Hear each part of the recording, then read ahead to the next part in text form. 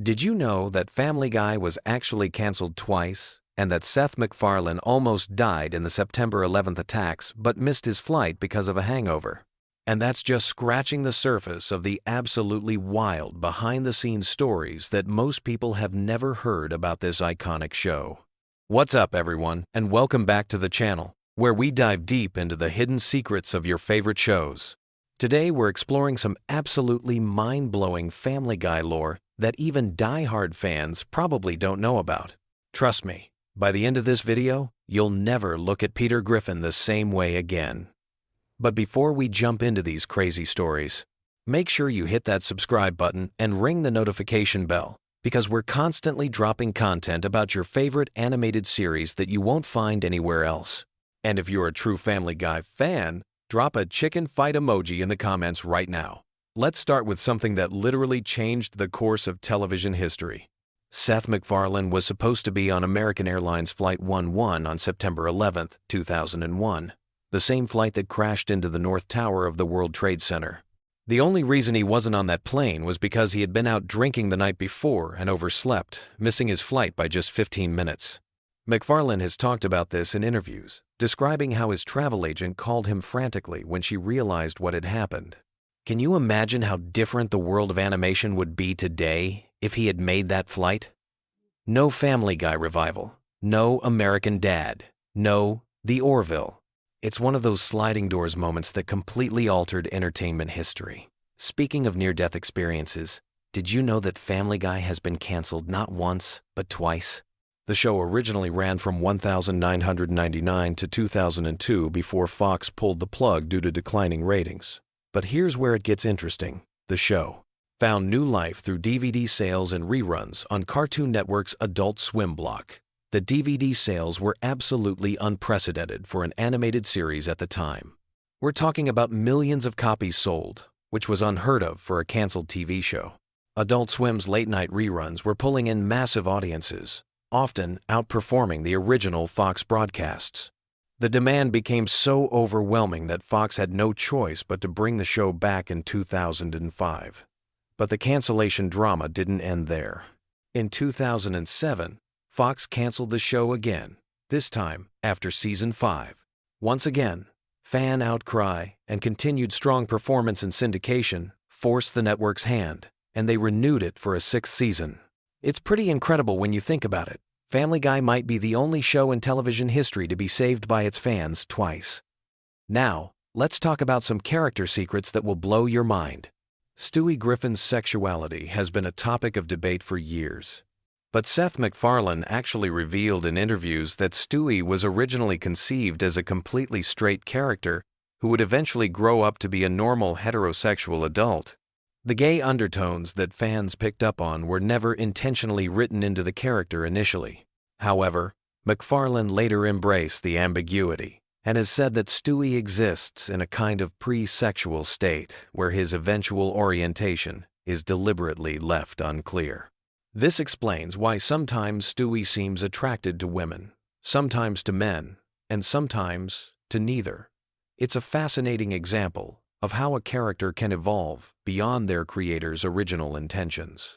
Here's something that might surprise you about Brian Griffin. He was almost killed off permanently way before that infamous Thanksgiving episode where he actually died temporarily.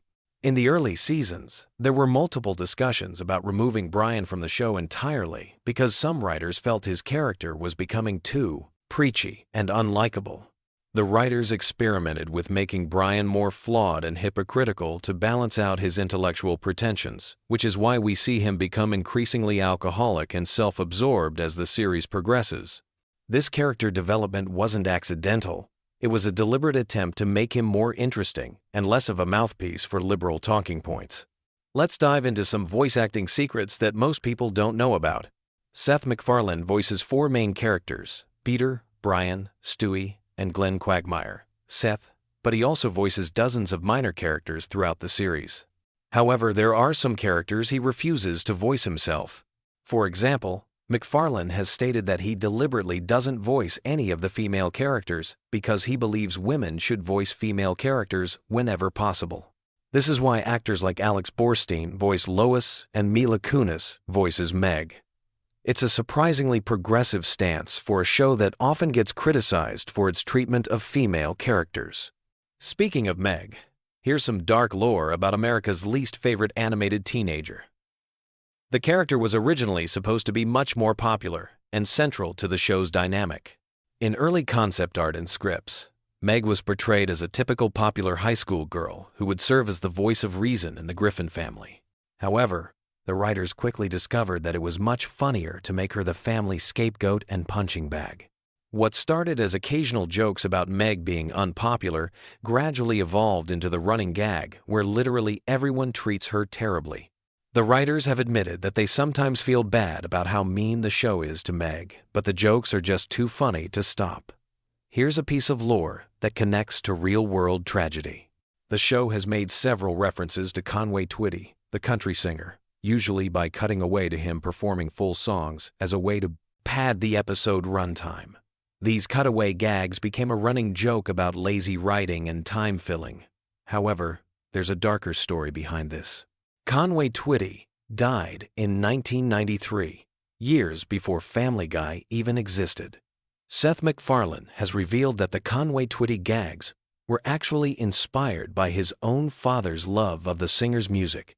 MacFarlane's father would play Conway Twitty songs constantly when Seth was growing up, and the extended musical cutaways were a way of honoring that memory, while also poking fun at television's tendency to use musical performances as filler.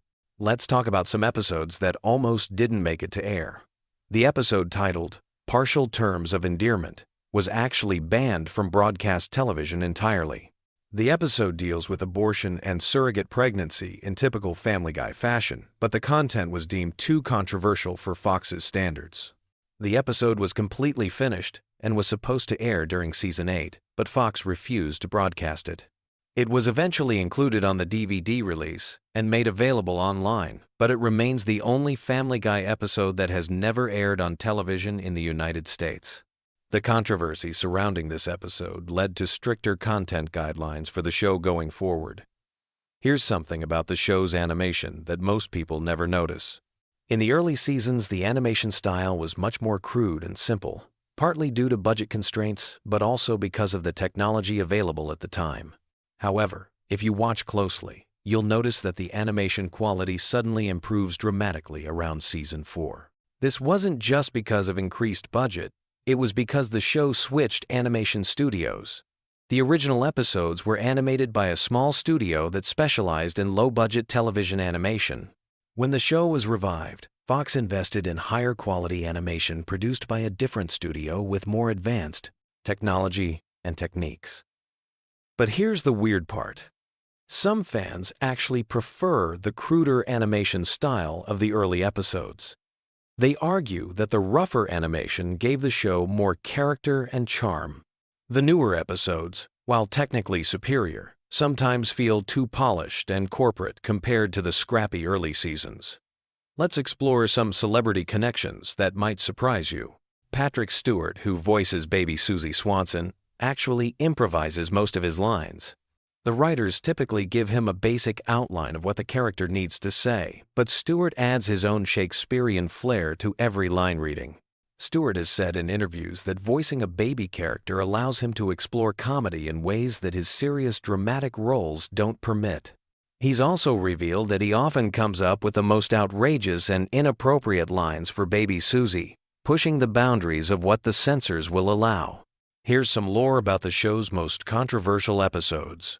The episode where Brian and Stewie are trapped in a bank vault together for the entire episode was actually written as a bottle episode to save money on animation and voice acting. However, it ended up becoming one of the most critically acclaimed episodes in the show's history. The writers have revealed that they were initially worried the episode would be boring since it only featured two characters in one location for the entire runtime. But the episode's success proved that the show worked best when it focused on character development and dialogue rather than just rapid-fire jokes and cutaway gags. Speaking of experimental episodes, did you know that the show has done several episodes that exist in alternate universes or different time periods? These aren't just random creative choices. They're actually part of a larger multiverse concept that the writers have been quietly building throughout the series. The writers have hinted that all of these alternate reality episodes are connected, and that there's a larger mythology about parallel dimensions that runs throughout the show. Most fans don't pick up on these connections because they're subtle and spread across multiple seasons, but dedicated viewers have started mapping out the multiverse timeline. Here's something about the show's music that most people don't realize. Seth MacFarlane is actually a trained singer and musician who has released several albums of standards and jazz music. Many of the musical numbers in Family Guy feature MacFarlane's actual singing voice, not just his character voices. MacFarlane has said that he uses Family Guy as a way to showcase different musical styles and pay homage to classic American songwriting. Some of the show's most elaborate musical sequences were specifically designed to highlight MacFarlane's vocal abilities and his love of traditional pop music. But here's the interesting part. MacFarlane has also revealed that he sometimes writes entire episodes around songs he wants to perform. The plot becomes secondary to the musical numbers, which explains why some episodes feel like they're structured more like variety shows than traditional sitcoms. Let's talk about some behind-the-scenes drama that most fans don't know about. There have been several major conflicts between the voice actors over the years, particularly regarding salary negotiations and creative control. The most significant dispute involved Mila Kunis, who voices Meg.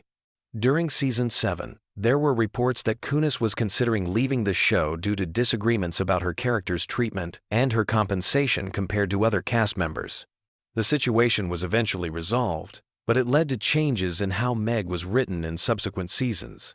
Here's some dark lore about the show's influence on real-world events. Several episodes of Family Guy have been accused of predicting or inspiring real-world tragedies.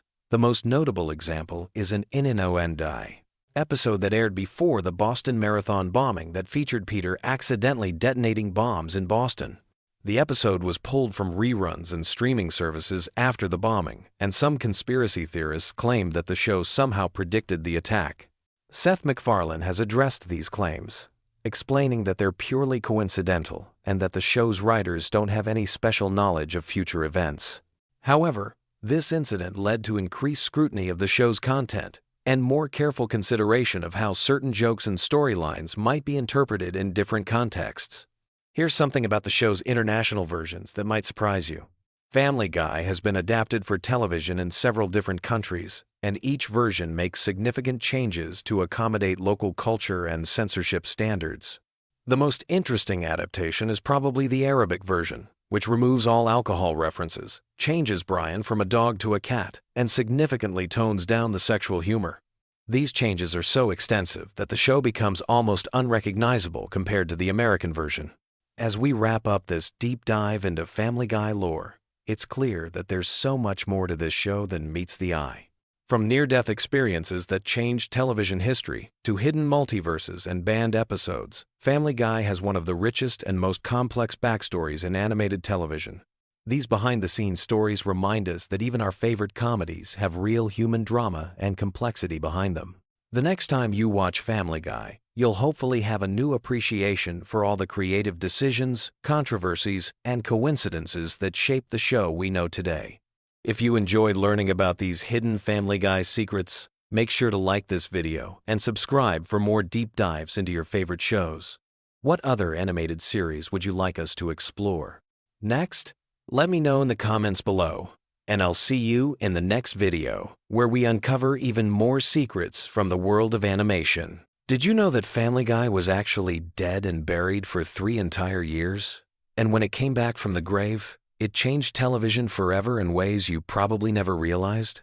Stick around, because what I'm about to tell you about the hidden depths of Family Guy will completely change how you see this seemingly simple cartoon.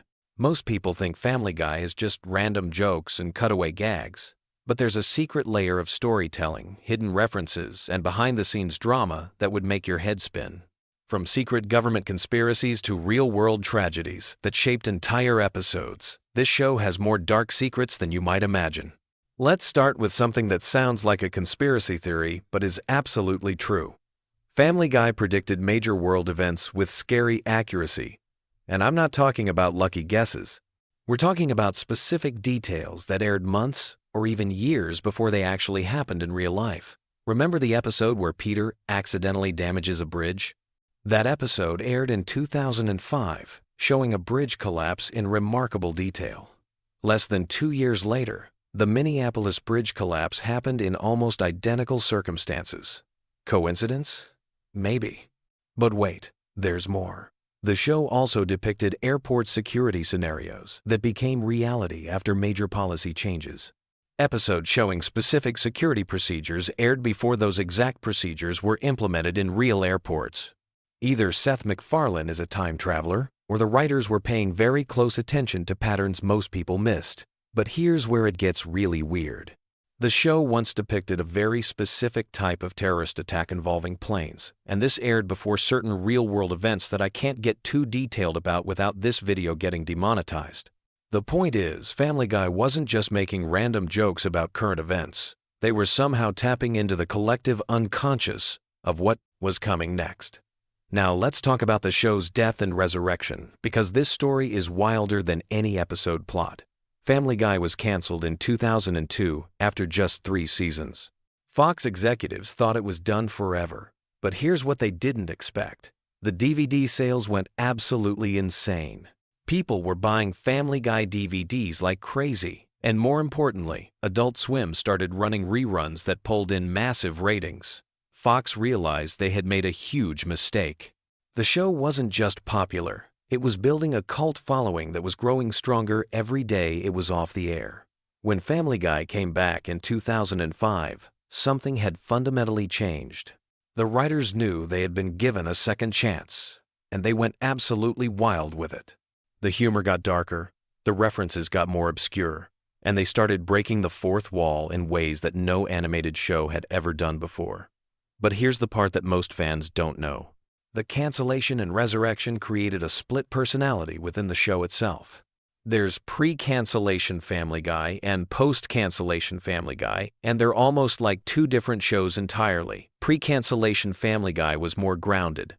Sure, it was weird, but the characters felt like real people with real problems.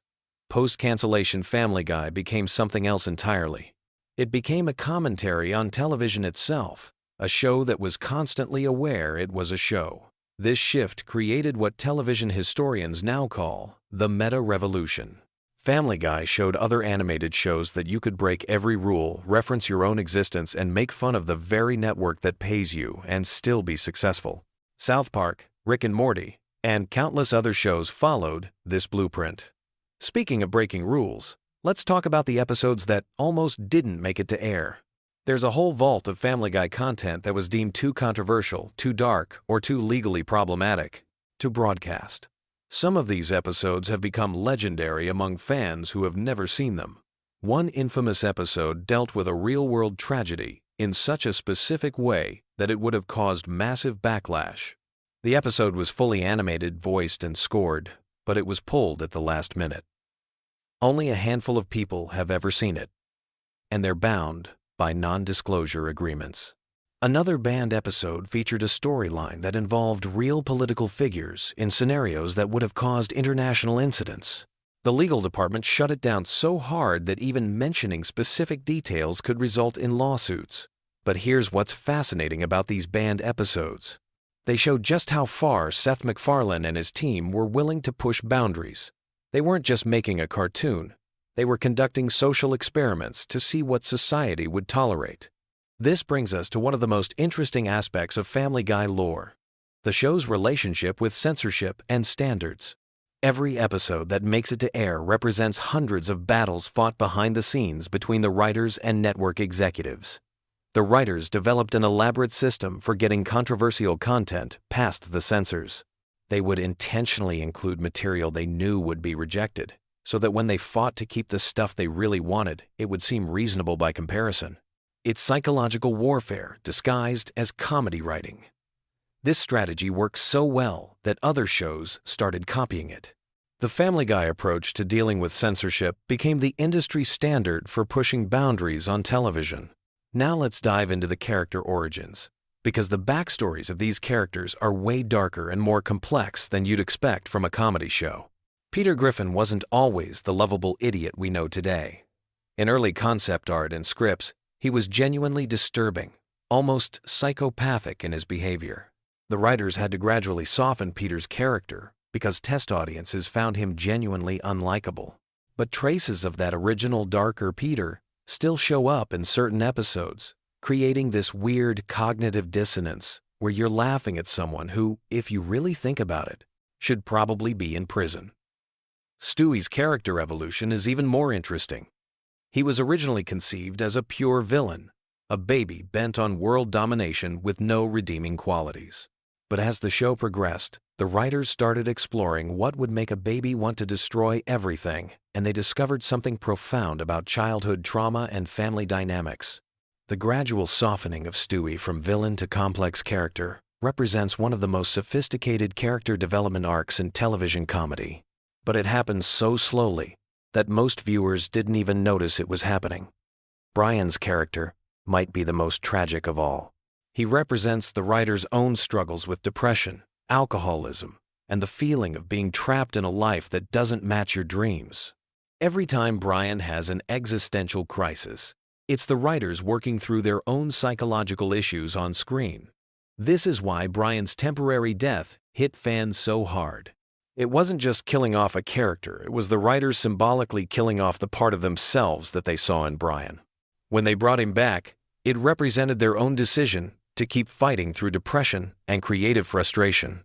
The show's relationship with its own success is another layer of complexity that most fans miss. Family Guy became so popular that it started influencing real-world culture, but this success created a feedback loop that began changing the show itself. References to Family Guy started showing up in other TV shows, movies, and even news broadcasts. Politicians started making Family Guy references in speeches. The show went from commenting on culture to actually shaping culture, and this shift is reflected in the later seasons. The writers became increasingly aware that they were creating cultural touchstones, and this awareness changed how they approached comedy. Jokes that might have been throwaway gags in early seasons became carefully crafted cultural commentary in later seasons. This evolution created what media scholars call the recursive effect, where a piece of media becomes so influential that it starts commenting on its own influence. Family Guy didn't just break the fourth wall. It demolished the entire theater. Let's talk about the real-world consequences of Family Guy's cultural impact.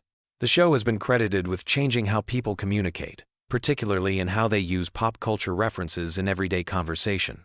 Before Family Guy, pop culture references in conversation were usually recent and obvious.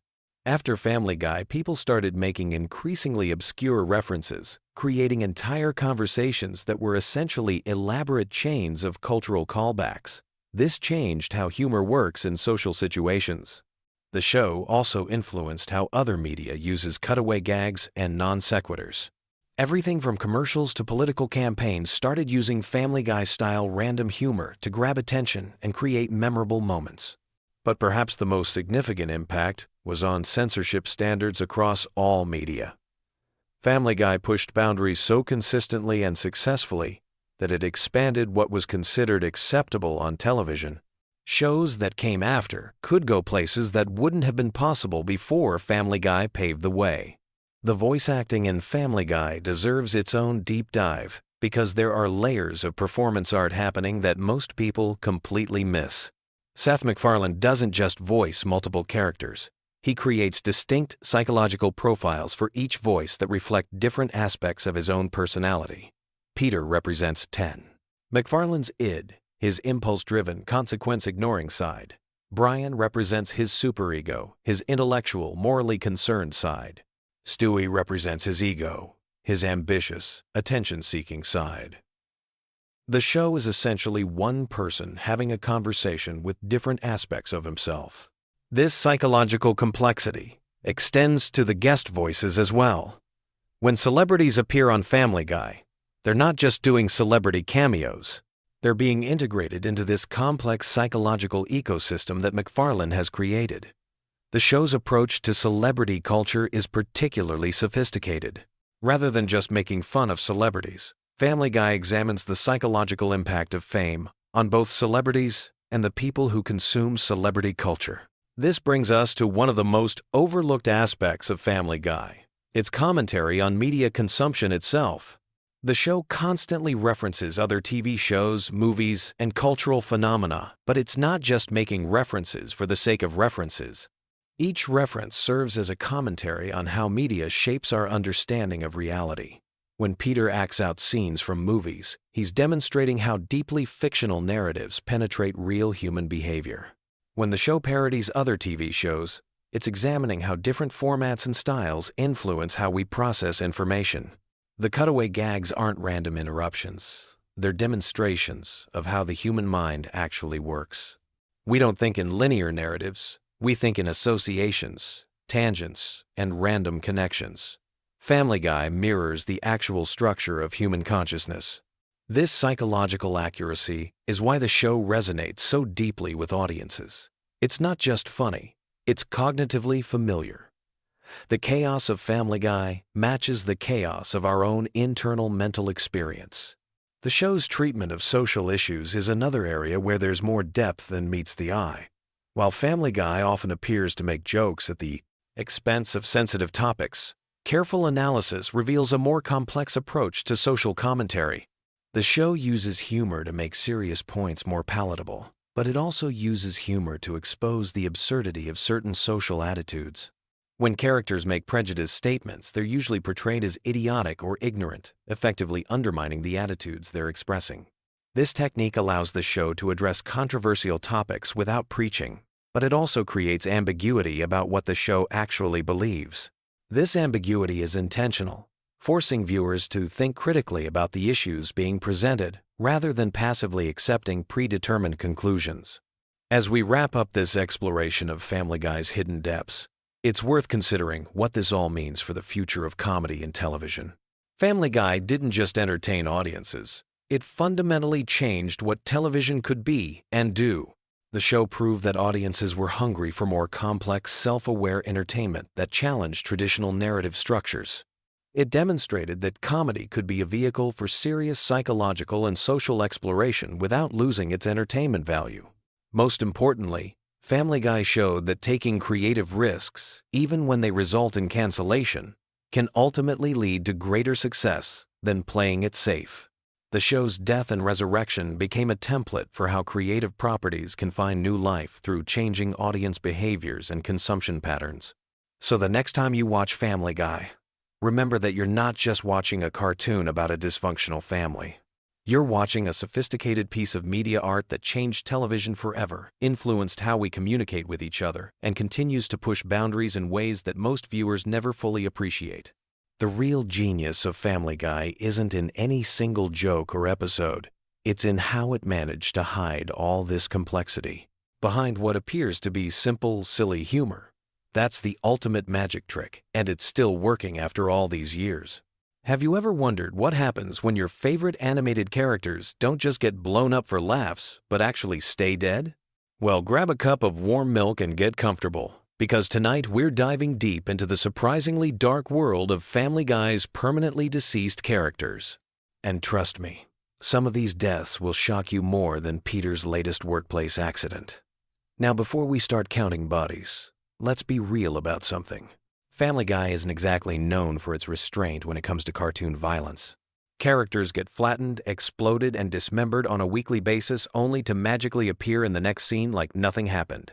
But every once in a while, the Grim Reaper actually keeps his receipts, and these characters never bounce back.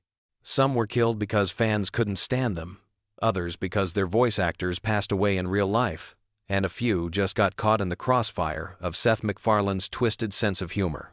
So dim those lights, settle into your most comfortable position, and let's explore every character that Family Guy has permanently sent to the great cartoon afterlife. Starting with the very first casualty that taught us this show wasn't messing around when it came to consequences. Our journey begins with Mr. Weed, Peter's original boss at the happy-go-lucky toy factory. This man first graced our screens way back in the pilot episode, catching Peter dead drunk at his workstation because apparently showing up sober was too much to ask. Mr. Weed was everything you'd expect from a factory supervisor dealing with Peter Griffin as an employee. Stern, professional, and probably questioning every career choice that led him to that moment. What made Mr. Weed fascinating wasn't just his no-nonsense attitude, but the running joke about his suspiciously theatrical mannerisms. The show never explicitly confirmed anything about his personal life, but his fabulous gestures and dramatic flair became a subtle recurring gag. Despite Peter's constant screw-ups, Mr. Weed kept giving him second chances, firing and rehiring him like it was some kind of workplace hobby. The irony is that this unusual loyalty to Peter ultimately sealed his fate. In the episode where everything went wrong, Peter decided to invite his boss over for dinner to make a good impression. Surprisingly, the evening started perfectly. Mr. Weed was genuinely impressed by Peter's home, family, and even Brian's ability to speak. He was so impressed that he offered Peter a promotion to head of toy development. That's when dinner took a deadly turn. Brian, shocked by this unexpected good news, started choking on a dinner roll. When Peter and Lois performed the Heimlich maneuver, the roll shot out of Brian's mouth like a projectile and landed directly in Mr. Weed's throat. And unlike the countless other times characters have faced mortal peril in this show, Mr. Weed actually died from choking. The funeral scene was classic Family Guy darkness. Mr. Weed left behind a videotaped will announcing that the happy-go-lucky toy factory would be demolished to make way for something called the homoerotic toy factory. It was absurd, tragic, and weirdly fitting for a character whose sexuality had been a running gag throughout his appearances. Moving from workplace fatalities to relationship drama, let's talk about Loretta Brown, Cleveland's ex-wife, who met her end in a way that perfectly summarized her entire character arc. Loretta was everything Cleveland wasn't. Where he was calm and soft-spoken, she was loud, demanding, and took no prisoners when it came to getting what she wanted. Their marriage started cracking when Quagmire's infamous inability to control himself led to an affair. During a fishing trip, a fish accidentally landed on Loretta's chest, and she took it as some kind of cosmic sign to sleep with the guy who caught it. Classic Family Guy logic, really. When Peter and Brian discovered this affair, they recognized Quagmire by his distinctive tattoo, leading to the most awkward revelation scene in television history. Cleveland's reaction to learning about the betrayal was so pathetically calm that it almost hurt to watch. Instead of rage or dramatic confrontation, he just apologized and accepted being kicked out of his own home. It wasn't until Peter and Lois called him out for being too passive that Cleveland finally found his spine and went after Quagmire. After their divorce was finalized, Loretta lived alone in a house on the hill, which sounds poetic until you remember this is Family Guy, and nothing stays peaceful for long. Her death came during one of Peter's elaborate pranks that somehow always managed to destroy Cleveland's property. This time, instead of Cleveland surviving the chaos like usual, Loretta got caught in the destruction and was crushed by falling debris. The reason behind Loretta's permanent exit was actually practical rather than narrative. Her voice actress, Alex Borstein, who also voices Lois, found Loretta's gravelly voice too difficult and painful to perform. Rather than recast the character, the writers decided to kill her off permanently, which honestly feels like the most Family Guy solution possible. Speaking of deaths that came out of nowhere, Horace's demise was particularly heartbreaking for fans of the Drunken Clam. This guy had been serving drinks to Peter, Quagmire, Joe, and Cleveland since the early seasons, surviving multiple near-death experiences that should have killed any normal bartender. He'd been shot, knocked unconscious, and even survived a fire, leading viewers to believe he was practically immortal. His luck finally ran out during a softball game between the Drunken Clam and Goldman's Pharmacy. Jerome, brought in as a ringer for Mort's team, was at bat when Horace tried to strike him out. Instead of a strikeout, Horace got struck down permanently.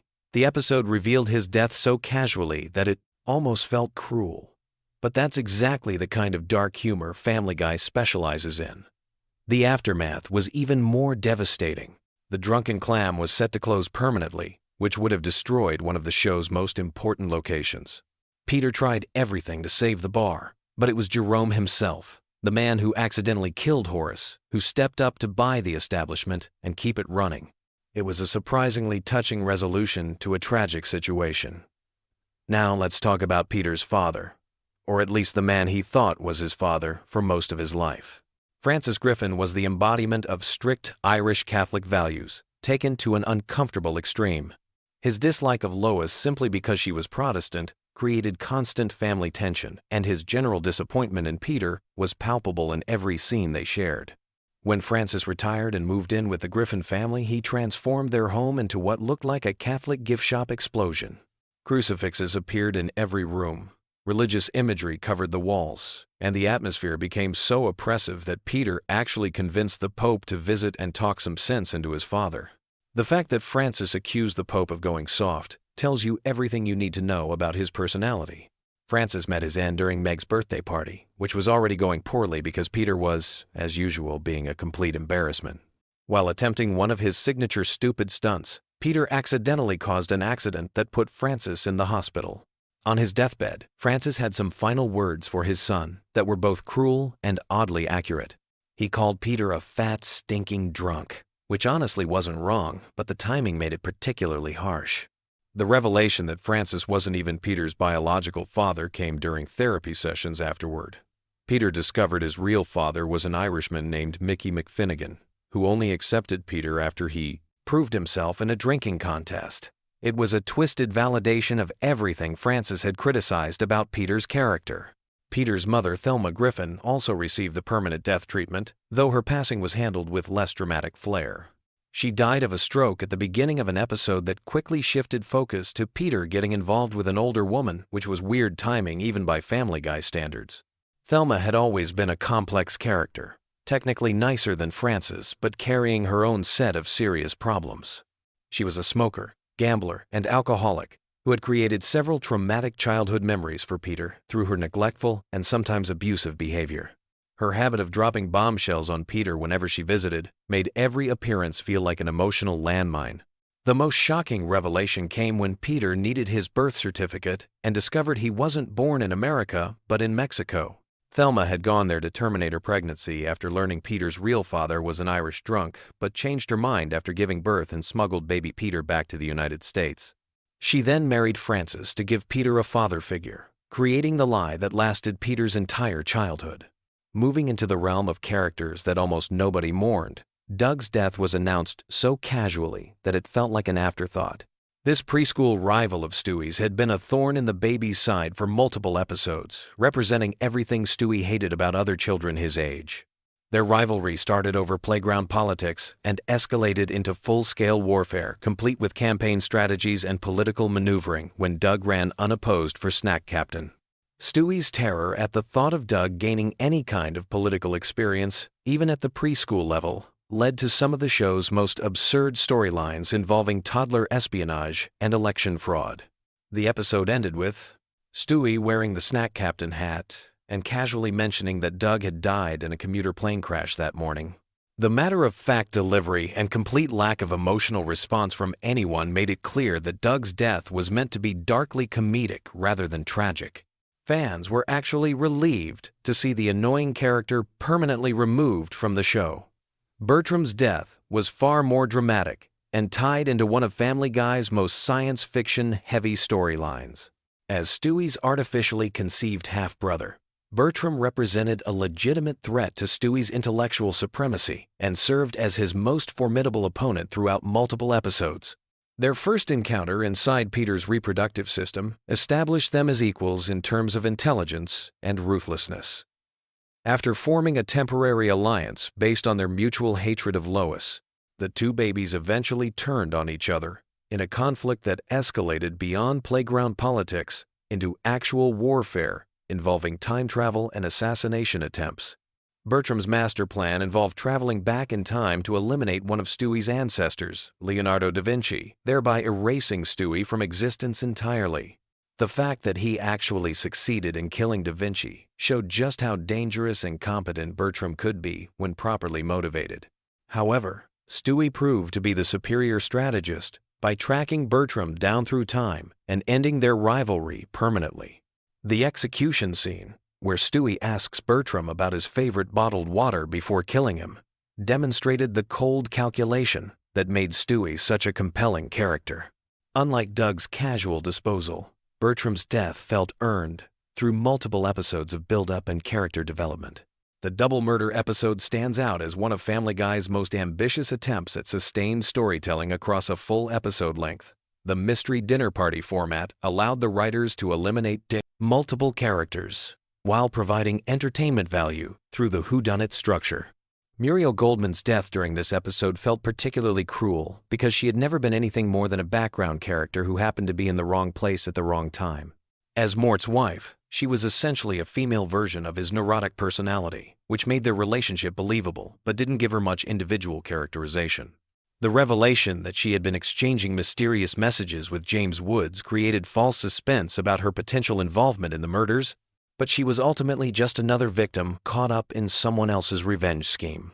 Her funeral scene showed how little impact she had made on the community, with even her husband and son seeming relatively unaffected by her death.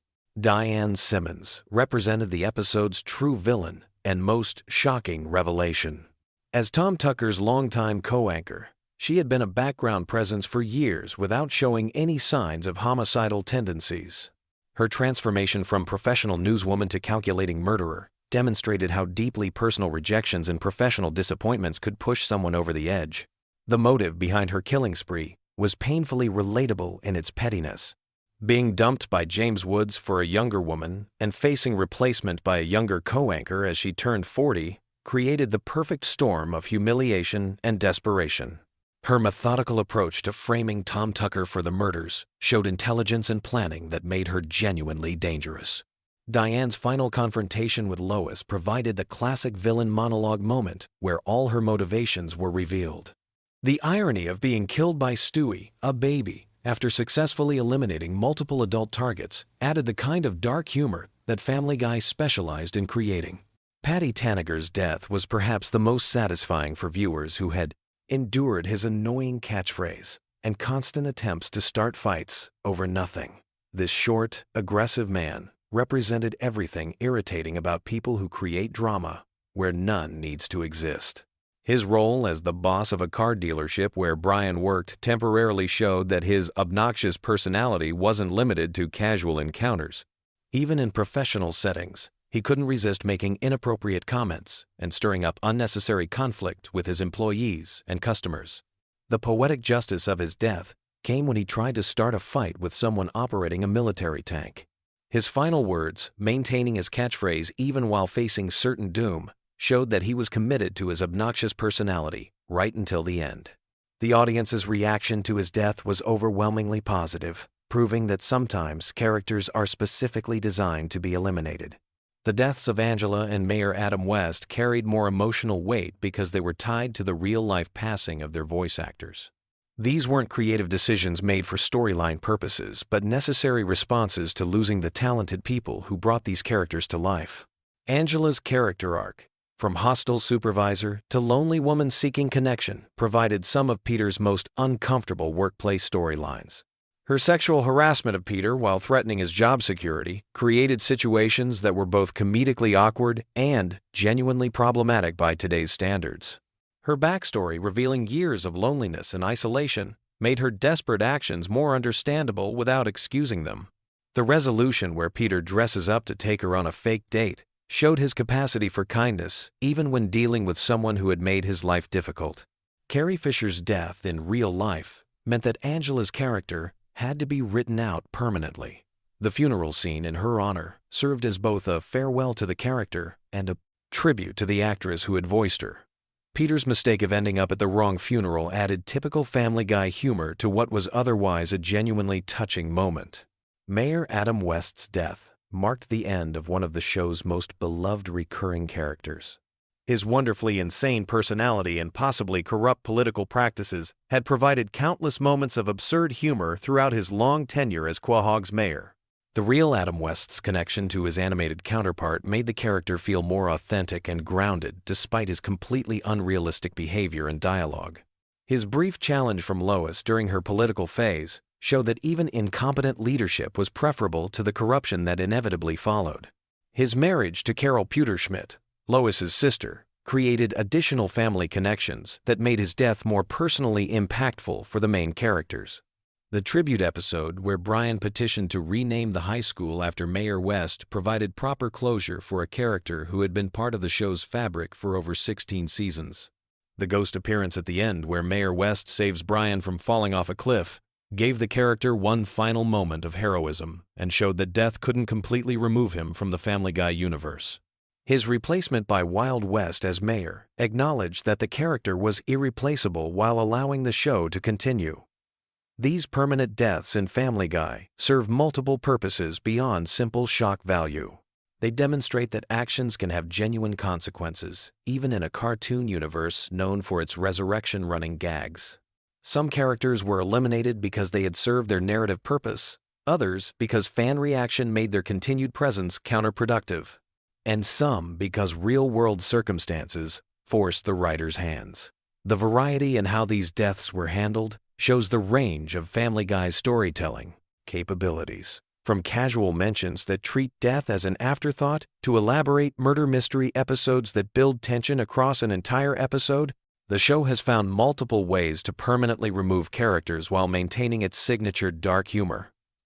The emotional impact of these deaths varies significantly based on character development and audience attachment.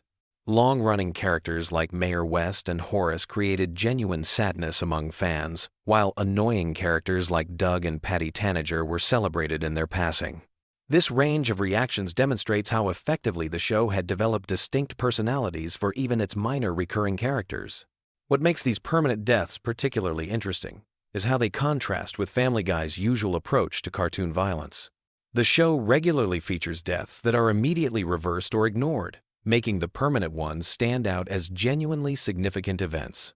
When a character stays dead in this universe, it carries extra weight, because viewers know it's not the norm. The practical reasons behind some of these deaths, such as voice actor availability or fan reaction, show how external factors can influence creative decisions in long-running animated series. The writers have generally handled these necessary eliminations with appropriate respect while maintaining the show's comedic tone. Looking back at this collection of permanently deceased characters reveals the evolution of Family Guy's storytelling over its many seasons. Earlier deaths, like Mr. Weed, were often accidental consequences of the show's chaotic humor, while later deaths, like those in the murder mystery episode, showed more deliberate narrative planning. The show's willingness to permanently eliminate characters demonstrates confidence in its ability to create new sources of humor and conflict without relying on the same recurring personalities indefinitely.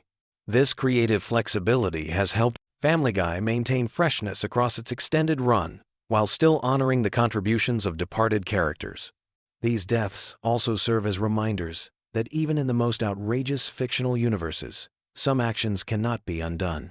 They provide moments of genuine consequence in a show that otherwise operates on cartoon logic, where nothing permanent ever happens to the main characters. So there you have it, fellow Insomniacs and Family Guy enthusiasts. A complete tour through the surprisingly extensive graveyard of characters who didn't make it back from their final Family Guy appearances.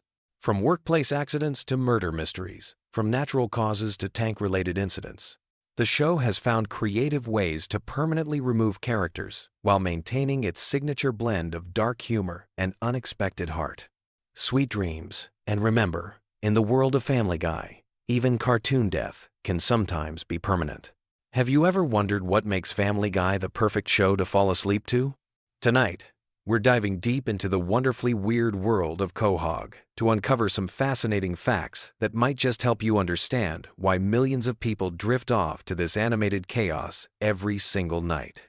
But first, let me ask you something. What if I told you that the baby genius who plots world domination actually has one of the most tragic character arcs in television history? Or that there's a scientific reason why Peter Griffin's voice might be the ultimate sleep aid? Stick around, because by the end of this video, you'll never look at your bedtime Family Guy marathon the same way again. Let's start with something that'll blow your mind. Stewie Griffin, that diabolical infant with the posh British accent, wasn't always the character we know today.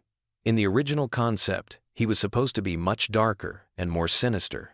The show's creator, Seth MacFarlane, initially envisioned him as a genuinely evil character whose plans would occasionally succeed.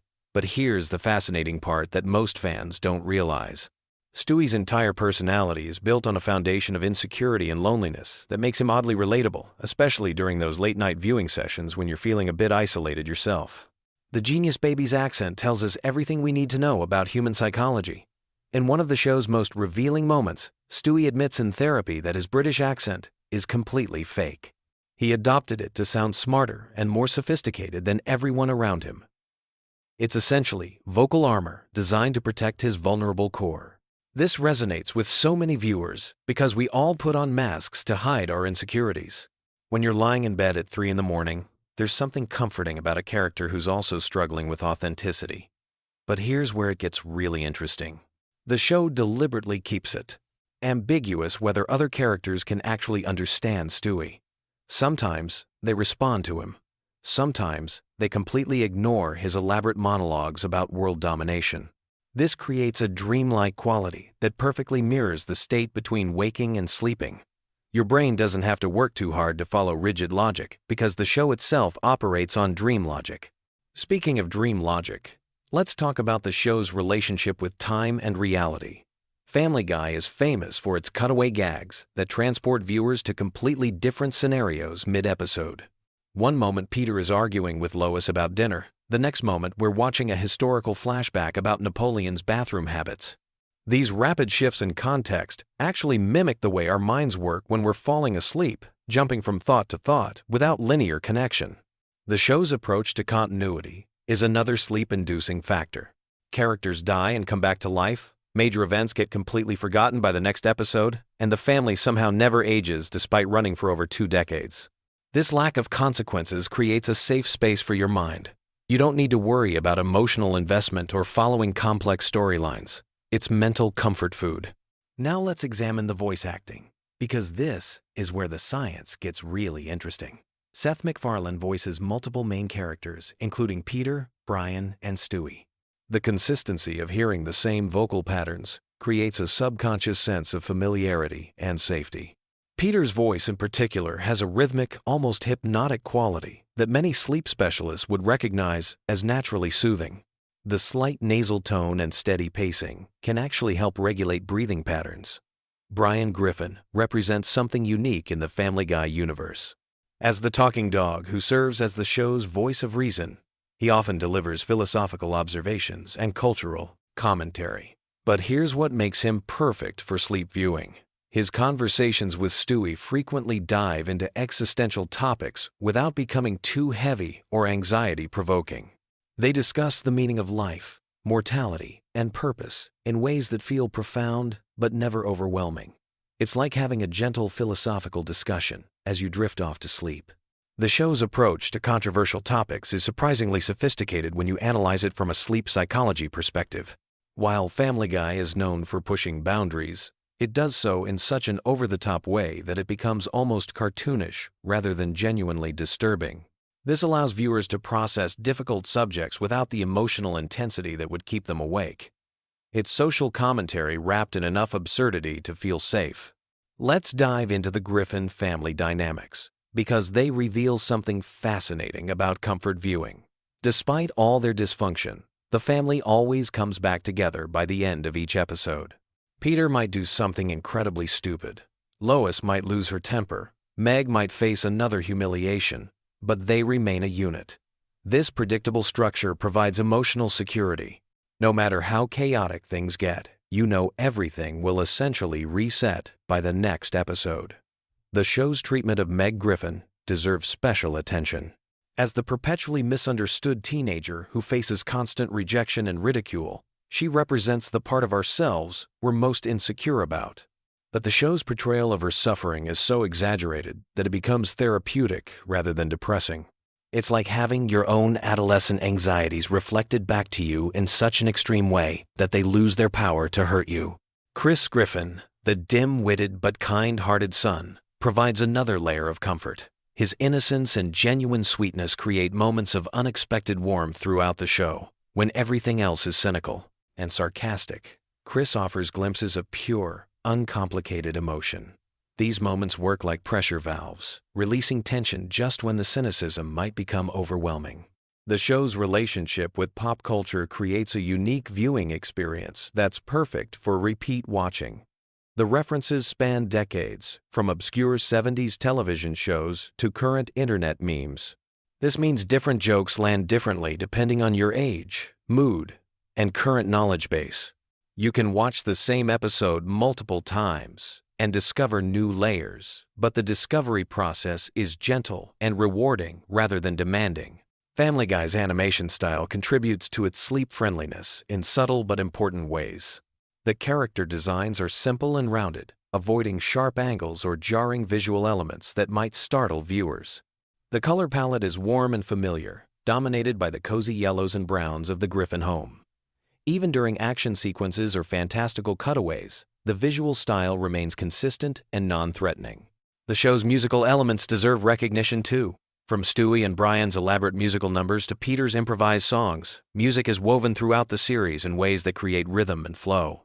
These musical interludes often serve as natural breaking points, giving your brain permission to zone out or drift away. The songs are catchy enough to be memorable, but rarely complex enough to demand active listening. One of the most brilliant aspects of Family Guy's sleep appeal is its relationship with repetition. The show has been running for so long that certain gags and character interactions have become ritualistic. Peter fighting the giant chicken, Stewie's elaborate revenge plots against Lois, Brian's pretentious literary aspirations. These recurring elements create a sense of familiarity that can be deeply comforting for regular viewers. The show's approach to violence is another key factor. While there's plenty of cartoon violence, it's always presented in such an unrealistic way that it never feels genuinely threatening.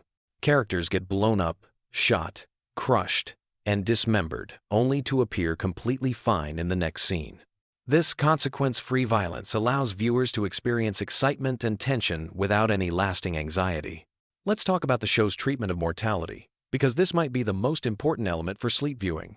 Death appears frequently in Family Guy, but it's always treated as either temporary or comedic rather than genuinely tragic. Characters die and return, discuss death casually, and face mortal peril without real consequences. For viewers dealing with their own mortality anxieties, especially late at night, this approach can be surprisingly therapeutic. The writing style of Family Guy creates a unique rhythm that mirrors natural sleep patterns. Episodes often start with high-energy scenarios that gradually wind down through various subplots and cutaways. By the time you reach the resolution, the pacing has naturally slowed, making it easier to transition into actual sleep.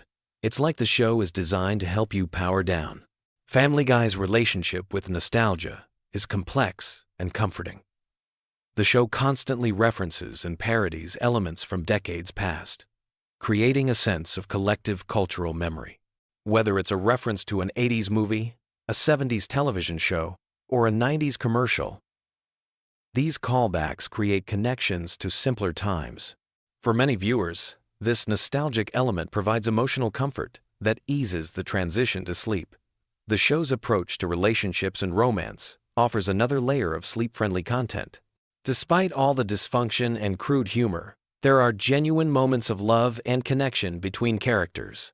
Peter and Lois, despite their constant conflicts, clearly love each other. Stewie and Brian, despite their differences, have formed an everyday, unlikely but deep friendship. These relationship dynamics provide emotional warmth without demanding too much investment. Here's something most people don't realize about Family Guy's structure. The show operates on multiple levels of engagement. You can watch it as pure background noise, letting the familiar voices and music wash over you. You can engage with the surface-level humor and sight gags. Or you can dive deep into the cultural references and character development. This flexibility makes it perfect for different stages of falling asleep. The show's treatment of everyday situations is particularly sleep-friendly. Many episodes revolve around mundane domestic issues like household chores, neighbor disputes, or family dinners that somehow spiral into elaborate adventures. But no matter how wild things get, they always return to the familiar setting of the Griffin home. This creates a sense of adventure within safety, excitement within security. Family Guy's approach to current events and social issues provides another comfort layer. The show comments on politics, social trends, and cultural phenomena, but always through the lens of cartoon absurdity. This allows viewers to engage with real-world concerns without the anxiety that usually accompanies such topics. It's like having a pressure release valve for contemporary stress. The show's episodic nature means you never have to worry about missing crucial plot developments if you fall asleep mid-episode. While there are occasionally multi-part episodes or recurring storylines, the vast majority of episodes are self-contained. This removes the anxiety about keeping up with complex narratives and allows your mind to relax completely. As we wrap up this deep dive into why Family Guy has become the ultimate sleep companion for millions of viewers, remember that comfort viewing is a deeply personal experience. What works for one person might not work for another, but there's something undeniably special about a show that can make you laugh, think, and ultimately feel at peace, all within the span of 22 minutes. The genius of Family Guy as a sleep aid lies in its perfect balance of engagement and relaxation. It's stimulating enough to occupy your conscious mind and prevent anxious thoughts from taking over, but familiar and comforting enough to allow your subconscious to begin the journey towards sleep. Whether you're drawn to Stewie's elaborate schemes, Peter's childlike wonder, or Brian's philosophical musings, there's something in this animated chaos for everyone. So the next time you find yourself reaching for that remote at bedtime, remember that you're not just choosing mindless entertainment. You're selecting a carefully crafted comfort blanket that's helped millions of people transition from the stresses of the day into peaceful rest. Sweet dreams, and remember, in Quahog, everything always works out in the end. Hey there, night owls and Family Guy fanatics. If you're settling in for some late-night entertainment and your brain is ready to drift off into dreamland, I've got the perfect collection of wild Family Guy facts that'll either help you doze off peacefully or keep you wide awake wondering how this show even exists. Tonight we're diving deep into the bizarre, chaotic, and absolutely insane world of everyone's favorite dysfunctional animated family. Let me start with something that'll blow your mind right off the bat. Did you know that Peter Griffin has an astronomical body count that would make serial killers jealous? We're talking thousands of deaths, and honestly, most of them happened in the most ridiculous ways possible. This isn't your typical cartoon violence where characters bounce back with cartoon physics. Peter has legitimately caused more destruction than some natural disasters. Speaking of Peter's mayhem, his very first kill happened way back in the second episode of the entire series. Remember that Roadrunner from Looney Tunes? Yeah, Peter straight up ran that bird down with his car, flattening it completely. What makes this even funnier is Peter's reaction afterward, casually asking if he hit an ostrich while the Roadrunner is clearly pancaked on his windshield. This moment basically set the tone for everything that would follow in the series. But here's where things get really wild. Peter once literally took over Death's job in the show, and with that cosmic responsibility came the power to kill people just by touching them. During his stint as the Grim Reaper, he accidentally killed 2 airplane pilots mid-flight simply because he forgot to wear mittens. Can you imagine being a passenger on that plane? Thankfully, actress Karen Black was somehow there to land the aircraft, or everyone would have died in that crash too. The hospital incidents are particularly disturbing when you think about them. Peter somehow convinced people to let him work as a doctor, which is terrifying enough on its own, but then he actually killed a patient during what should have been a routine procedure. The patient even thanked Peter for saving his life right before dying, which adds this darkly comedic layer that only Family Guy could pull off. Here's a fact that might help you sleep better or give you nightmares, depending on your perspective. Peter once worked as a babysitter and literally left a baby to drown in a bathtub. He casually walked away, leaving behind drain cleaner in case of clogs, soap next to a radio, and towels on the roof. The complete negligence and absurdity of this situation perfectly captures Peter's character. He's simultaneously well-meaning and catastrophically incompetent.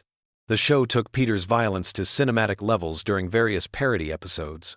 When they did their Kill Bill homage, Peter went full samurai warrior mode, engaging in what can only be described as a sword-fighting bloodbath. The choreography was surprisingly well animated for a show that usually relies on simple character movements, and Peter managed to take down 15 opponents all by himself in pure martial arts mayhem. Then there's Peter's brief career as a superhero parody called Red Stool, which was obviously their take on Deadpool. The name comes from the fact that his cancer specifically affected his rear end, because of course Family Guy would go there. As Red Stool, Peter maintained Deadpool's tendency for extreme violence, adding several more bodies to his ever-growing count while cracking inappropriate jokes the entire time. The Walter White parody deserves special mention because it perfectly captured the essence of Breaking Bad while maintaining Family Guy's signature chaos. Peter as Heisenberg was just as dangerous as the original, dropping bodies left and right while somehow making it comedically absurd rather than genuinely threatening. The transformation from bumbling father to calculating criminal mastermind was surprisingly well executed for a show known more for cutaway gags than character development. But perhaps the most disturbing aspect of Peter's violence is how it affects his own family. He once accidentally killed his entire family through carbon monoxide poisoning, and his reaction was essentially wondering if his day's work was worth it.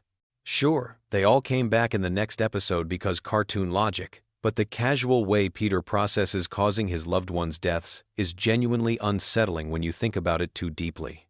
The fight scenes with Ernie the Giant Chicken are legendary among Family Guy fans, and for good reason. These battles have spanned multiple episodes and caused more collateral damage than most action movies. They've fought in airports, construction sites, moving trains, and even hijacked time machines to battle across different historical periods. The destruction they cause is absolutely massive, with buildings collapsing, vehicles exploding, and innocent bystanders getting caught in their ridiculous feud. What makes the chicken fights even more absurd is that they started over an expired coupon. Think about that for a moment. These two characters have caused thousands of deaths, millions of dollars in property damage, and untold chaos across multiple dimensions, all because of a disagreement about a coupon's validity. It's the perfect example of Family Guy's ability to take tiny conflicts and escalate them to world-ending proportions. The time travel elements in their fights add another layer of complexity and destruction. When Peter and Ernie crash through different time periods, they're not just affecting the present day, they're literally altering history itself. The poor driver of that futuristic train they destroyed was probably just trying to get to work in his cyberpunk timeline. And suddenly, he's vaporized because two idiots from the early 21st century decided to continue their grocery store dispute across the space-time continuum. Here's something that might surprise you. Peter has actually caused more deaths through his various acts of terrorism, albeit usually accidental ones. When he befriended a terrorist named Mahmoud, Peter was completely oblivious to what was happening.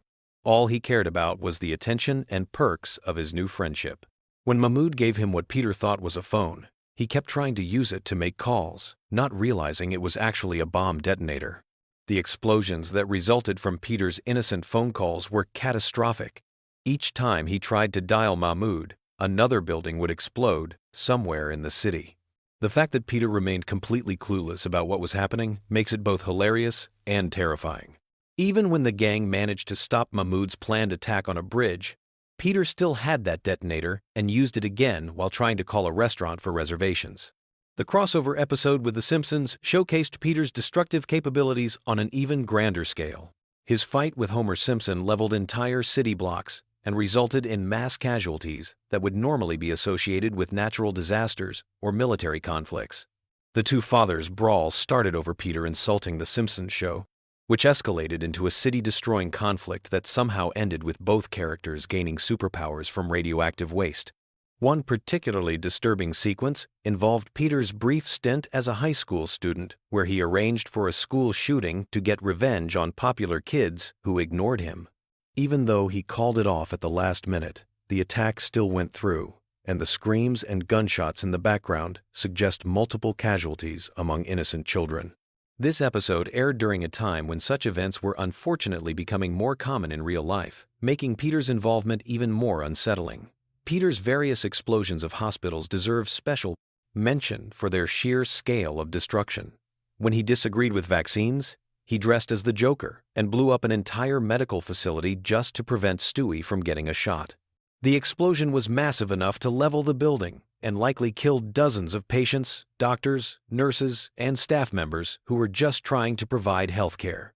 But he didn't stop there. Peter later destroyed a children's hospital in another equally senseless act of destruction. The casual way the show presents these incidents, with Peter treating the explosions like minor inconveniences rather than mass casualty events, perfectly captures the dark comedy that Family Guy specializes in. It's simultaneously hilarious and deeply disturbing. The missile incidents showcase Peter's ability to cause destruction on a military scale. During his fight with President Trump, Peter's head got slammed onto a big red button that launched multiple missiles. Each missile likely killed hundreds of people in massive explosions, turning what started as a personal dispute into an international incident with catastrophic consequences. What's particularly interesting about Peter's character is how the show manages to make him sympathetic despite his astronomical body count. He's never intentionally malicious. He's just incredibly stupid and impulsive with access to dangerous situations. This combination makes him simultaneously lovable and terrifying, which is probably why the character has remained popular for over 2 decades. The physics of Peter's destruction often defy logic, even by cartoon standards. When he and Ernie crashed that Ferris wheel, it rolled through the city like a massive wheel of death, flattening everything in its path. The scale of destruction was apocalyptic, but it was presented with such absurd cartoon logic that viewers could laugh at it rather than being horrified by the implications. Peter's various career changes always seem to result in multiple casualties. Whether he's working as a doctor, babysitter, death himself, or any other profession, people end up dying as a direct result of his incompetence. It's actually impressive how consistently dangerous he is across all walks of life. There's literally no job safe enough for Peter Griffin to perform without causing fatalities. The show's commitment to continuity regarding Peter's violence is surprisingly strong for a series that usually ignores consequences. Characters who die in one episode rarely come back, unless there's a specific plot reason, and the destruction Peter causes often gets referenced in later episodes. This attention to detail makes his actions feel more impactful than typical cartoon violence. Here's a fun sleeping fact. The total estimated death toll directly caused by Peter Griffin throughout the series is approaching 3,000 people. That number includes direct kills, collateral damage from his fights, explosions he's caused, and various accidents resulting from his stupidity. To put that in perspective, Peter has personally caused more deaths than many historical disasters.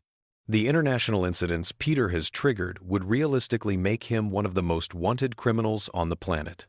He's blown up bridges, destroyed government buildings, launched military missiles, and caused diplomatic crises with multiple countries. Yet somehow he continues living his normal suburban life without any legal consequences, which is perhaps the most unrealistic aspect of a show featuring a talking baby and a martini-drinking dog. As you drift off to sleep tonight, remember that somewhere in the Family Guy universe, Peter Griffin is probably causing another catastrophe that will add to his ever-growing body count. Sweet dreams, and maybe avoid any neighborhoods where middle-aged men are having disputes with large poultry. In the world of Family Guy, such conflicts have a tendency to escalate into city-leveling disasters that make natural catastrophes look like minor inconveniences. The beautiful absurdity of Peter's character is that despite being responsible for more destruction than most fictional supervillains, he's still somehow the protagonist we're supposed to root for. That's the magic of Family Guy, taking the most inappropriate situations and making them laugh out loud funny through sheer audacity and perfect comedic timing. Now close your eyes and let these wonderfully bizarre facts carry you off into dreamland, where hopefully giant chickens and expired coupons can't hurt you. Picture this. You're lying in bed, ready to drift off, and someone mentions Family Guy facts. Suddenly, your brain lights up like a Christmas tree, and sleep becomes impossible. Well, tonight, we're embracing the chaos with the most bizarre, hilarious, and downright shocking facts about everyone's favorite dysfunctional animated family. So get comfortable, because these Family Guy secrets are about to blow your mind. Let's start with something that'll make you question everything you thought you knew about the show. Family Guy was actually canceled not once, but twice by Fox. The first time was in 2002 after just 3 seasons. But here's where it gets wild. The show's resurrection had nothing to do with critical acclaim or network executives suddenly realizing their mistake. It was all about DVD sales and late-night reruns on Adult Swim. The fans literally brought this show back from the dead through pure dedication and binge-watching. But that's just the beginning of the madness. Did you know that Seth MacFarlane almost died on September 11, 2001? He was supposed to be on American Airlines Flight 11, the first plane to hit the World Trade Center. The only reason he missed that flight was because he had been out drinking the night before, and his travel agent had given him the wrong departure time. He showed up to the airport hungover and 15 minutes too late. Talk about a sliding doors moment that changed television history forever. Speaking of Seth MacFarlane, this guy is basically a one-man entertainment machine. He doesn't just voice multiple characters on the show. He voices Peter Griffin, Brian the dog, Stewie, Glenn Quagmire, and Carter Pewterschmidt, plus several other recurring characters. That means when Peter and Brian are having a conversation, it's literally just Seth talking to himself in different voices. The recording sessions must be absolutely bonkers. Now, here's a fact that'll mess with your head. The show's signature cutaway gags, those random flashbacks that interrupt the main story, weren't originally part of the plan. They started as a way to fill time when episodes were running short. But they became so popular that they're now considered the show's trademark. Some episodes have been built entirely around these seemingly random interruptions. Let's talk about the characters for a moment, because there are some seriously twisted details hiding beneath the surface. Take Stewie Griffin, the diabolical baby genius. His character was originally inspired by the child character from the British sitcom The Onedin Line, but with a much darker twist. The writers have confirmed that Stewie has an incredibly high body count throughout the series, and we're not talking about toy soldiers here. In various episodes, Stewie has eliminated family members, strangers, celebrities, and even historical figures. There was that time he burned down a playhouse with children inside because he caught his girlfriend cheating. Then there's the episode where he takes out a prostitute with a sniper rifle for absolutely no reason other than target practice. And let's not forget when he dressed up as Santa and traumatized an entire family on Christmas morning, leaving behind what can only be described as a holiday horror scene. But Stewie's kill count gets exponentially more insane when you factor in his partnership with Penelope, his equally psychotic girlfriend. Together, they embarked on a global destruction spree that included bombing the Great Wall of China, destroying the Eiffel Tower, and creating a tidal wave that wiped out Copenhagen. When you add up all the casualties from their international terrorism campaign, we're talking about millions of victims. This baby character has technically committed genocide multiple times. The really disturbing part is how casually the show treats these mass casualty events. They're played for laughs, but when you actually sit down and think about the implications, Stewie, Griffin might be one of the most prolific fictional killers in television history. And he's supposed to be a 1-year-old baby. Moving away from the murder and mayhem, let's dive into some behind-the-scenes secrets that are equally fascinating. The show's animation style has evolved dramatically over the years, but not always in ways you'd expect. The early seasons were animated using traditional cell animation techniques, but the show switched to digital animation in later seasons. However, they deliberately kept certain imperfections in the animation to maintain that slightly rough, hand-drawn aesthetic that fans loved. Here's something that'll surprise you about the voice acting. Several major celebrity guest stars have appeared on the show, but many of them recorded their lines over the phone or via video call. This means some of your favorite celebrity cameos were literally phoned in. Quite literally. The production team became masters at making these remote recordings sound like they were recorded in the same studio as the main cast. The show's musical numbers are another hidden gem of complexity. Seth MacFarlane, being a professional singer himself, often performs the songs live with a full orchestra. Those elaborate musical sequences you see in episodes aren't just animated afterthoughts. They're often recorded with full big band arrangements, complete with brass sections and professional backup singers. The amount of production value that goes into a 3-minute cartoon musical number rivals what you'd see in actual Broadway shows. But here's where things get really weird with the show's continuity. Family Guy exists in a universe where almost anything can happen, and the writers take full advantage of this freedom. Characters die and come back to life regularly. The family has traveled through time, met their alternate universe selves, and even broken the fourth wall to acknowledge that they're cartoon characters. This narrative flexibility allows for some truly bizarre storylines that would be impossible in live-action television. One of the most mind-bending aspects of the show is how it handles character development, or rather, how it deliberately avoids it. Unlike most long-running series where characters grow and change over time, Family Guy operates on what's essentially a reset button philosophy. No matter what happens in an episode, everyone goes back to their baseline personalities by the next episode.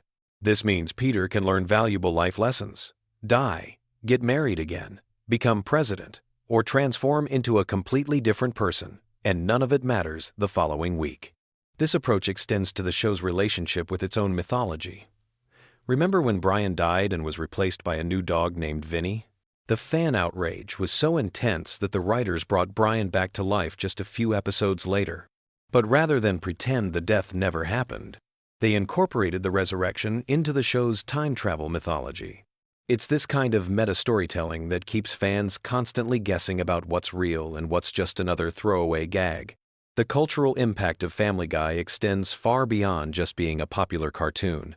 The show has influenced internet meme culture in ways that most people don't even realize.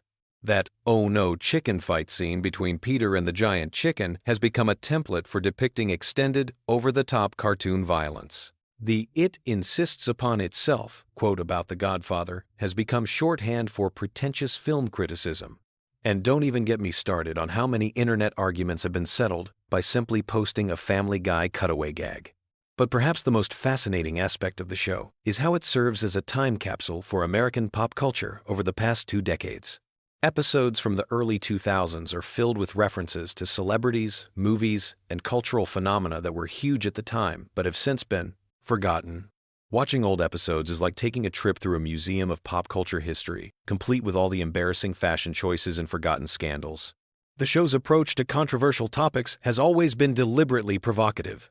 The writers seem to take a perverse pleasure in pushing boundaries and seeing how far they can go before someone complains. But here's the thing that's often overlooked. Beneath all the shock value and offensive humor, the show actually has a surprisingly progressive worldview on many social issues. It just packages that progressivism in such outrageous wrapping that people miss the actual message. Take the character of Brian, the family dog. On the surface, he's just a talking dog who drinks martinis and has pretensions of being an intellectual. But Brian often serves as the show's moral compass, calling out the other characters when they do terrible things. His relationship with the family, particularly with Stewie, represents some of the show's most genuine emotional moments. When Brian temporarily died, the fan reaction wasn't just about losing a funny character. People were genuinely heartbroken because Brian represented the heart of the show. The animation team behind Family Guy has developed some truly innovative techniques over the years. Those elaborate fight scenes, particularly the ones involving Peter and the giant chicken, require months of planning and animation work. The sequences are choreographed like actual action movies, with careful attention paid to pacing, camera angles, and dramatic timing. The fact that all this effort goes into animating a man fighting a poultry mascot is both absurd and oddly impressive. Here's a production secret that most fans don't know. The show's writers often create multiple versions of controversial jokes, starting with the most extreme version and then gradually toning it down until they find something that Fox will actually allow on television. This means, for every outrageous joke that makes it into an episode, there are probably 3 or 4 even more outrageous versions sitting in a file somewhere. The merchandising empire built around Family Guy is absolutely massive. There are Family Guy branded everything from coffee mugs to car accessories to clothing lines. But the most surprising merchandising success has been Stewie Griffin baby products. Yes, parents are apparently comfortable decorating their nurseries with imagery of a homicidal infant genius. The irony is probably lost on most consumers, but it's definitely not lost on the show's creators. One aspect of the show that deserves more recognition is its musical sophistication. Seth MacFarlane's background as a professional musician shows up constantly in the series. The show regularly features complex musical arrangements, sophisticated harmonies, and genre pastiche that demonstrates a deep understanding of American musical traditions. When Family Guy does a musical number, it's not just a cartoon singing a silly song, it's often a legitimate piece of musical entertainment that could stand on its own. The show's relationship with censorship has always been complicated. While Fox allows Family Guy to get away with content that would never fly on network television during prime time, the show still operates under certain restrictions. The writers have become masters at implying things they can't show directly. Sometimes the most shocking moments happen entirely off-screen, letting your imagination fill in the disturbing details. This brings us to one of the most interesting aspects of Family Guy's comedy philosophy. The show doesn't just break the fourth wall occasionally, it demolishes the fourth wall completely and then rebuilds it just so it can break it again. Characters regularly acknowledge that they're in a television show, comment on their own animation style, and even complain about changes in their voice actors. This level of meta humor was revolutionary when the show started, and it's still pushing boundaries today. The international versions of Family Guy are fascinating studies in cultural adaptation. Different countries have had to handle the show's content in wildly different ways. Some countries censor entire episodes, while others rewrite dialogue completely to make cultural references more relevant to local audiences.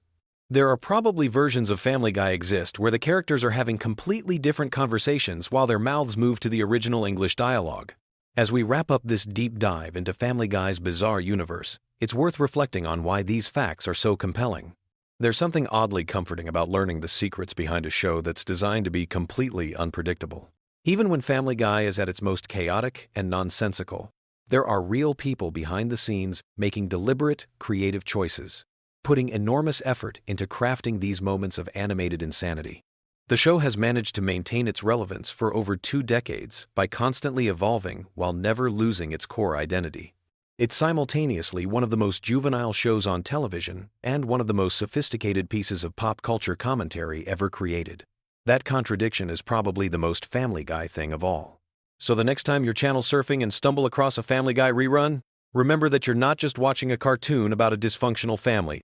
You're experiencing a complex piece of entertainment that represents millions of hours of creative work, countless cultural references, and enough behind-the-scenes drama to fill several seasons of reality television.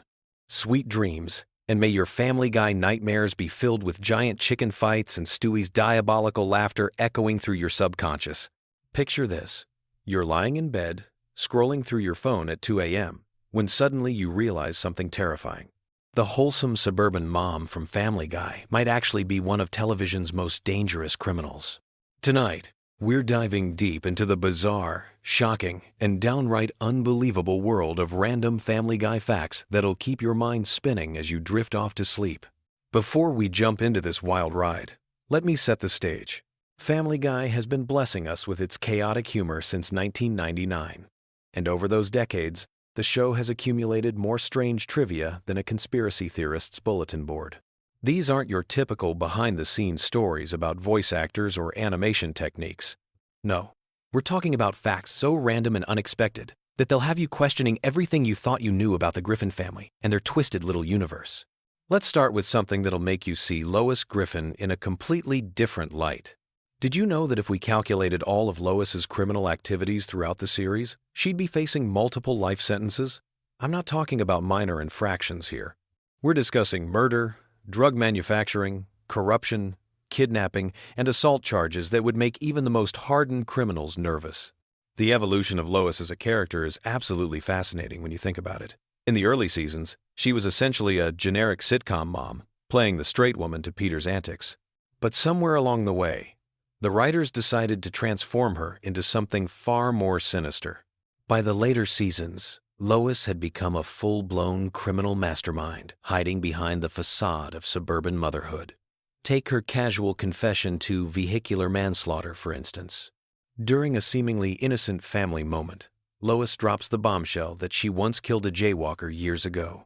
The way she mentions it so nonchalantly, like she's discussing the weather, suggests this might not even be her only victim. It makes you wonder what other dark secrets are lurking behind that perfectly styled red hair. But murder is just the tip of the iceberg. Lois has also run a methamphetamine operation that would make Walter White jealous. When the Griffin family moves to a farm and discovers an abandoned meth lab in their storm cellar, most normal people would call the police immediately. Not Lois. She sees a business opportunity and jumps in with both feet, becoming a drug queenpin alongside Peter. The fact that she rationalizes this decision by saying their family needs them to sell illegal drugs to the community shows just how twisted her moral compass has become. Speaking of twisted morals, let's talk about the time Lois went through what can only be described as the world's most inappropriate midlife crisis. After Peter makes some insensitive comments about her age at her birthday party, Lois transforms into someone you might find dancing on tables at a club at 3 in the morning. This leads to her attempting to seduce a teenage pop star, which crosses so many legal and ethical boundaries that it's hard to know where to begin. The shoplifting incident is another perfect example of how quickly Lois can spiral out of control. What starts as stealing a single ham from the grocery store escalates into a full-blown crime spree involving fine art and car parts. Her kleptomania becomes so severe that she eventually gets arrested, breaks out of jail, and turns her entire family into fugitives.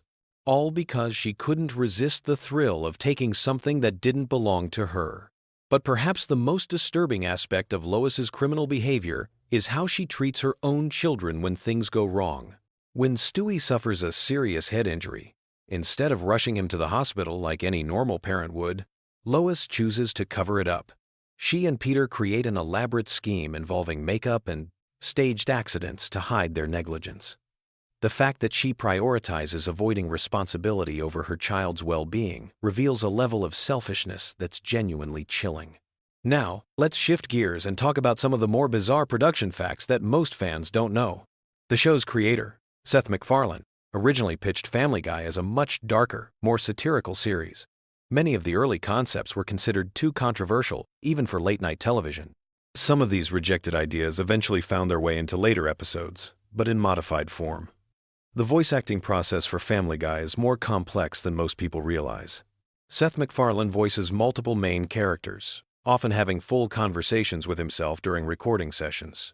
The technical challenge of maintaining distinct personalities and vocal patterns for each character while switching back and forth rapidly is something that few voice actors could handle. MacFarlane has mentioned in interviews that he sometimes loses track of which character he's supposed to be voicing mid-sentence. The show's animation style, while appearing simple on the surface, actually requires an enormous amount of detail work. Each episode contains hundreds of subtle visual gags and background jokes that most viewers miss entirely. The animators deliberately hide references to other shows, movies, and pop culture phenomena in almost every frame. Some of these hidden jokes are so obscure that they're only discovered by fans years after the episodes originally aired. One of the most interesting aspects of Family Guy's production is how the writers handle the show's timeline. The characters never age, despite the show running for over 2 decades. This creates some fascinating continuity challenges. For example, pop culture references that were current when early episodes were written now seem dated, but the characters still react to them as if they're happening in real time. The writers have to constantly balance staying relevant with maintaining the show's internal consistency.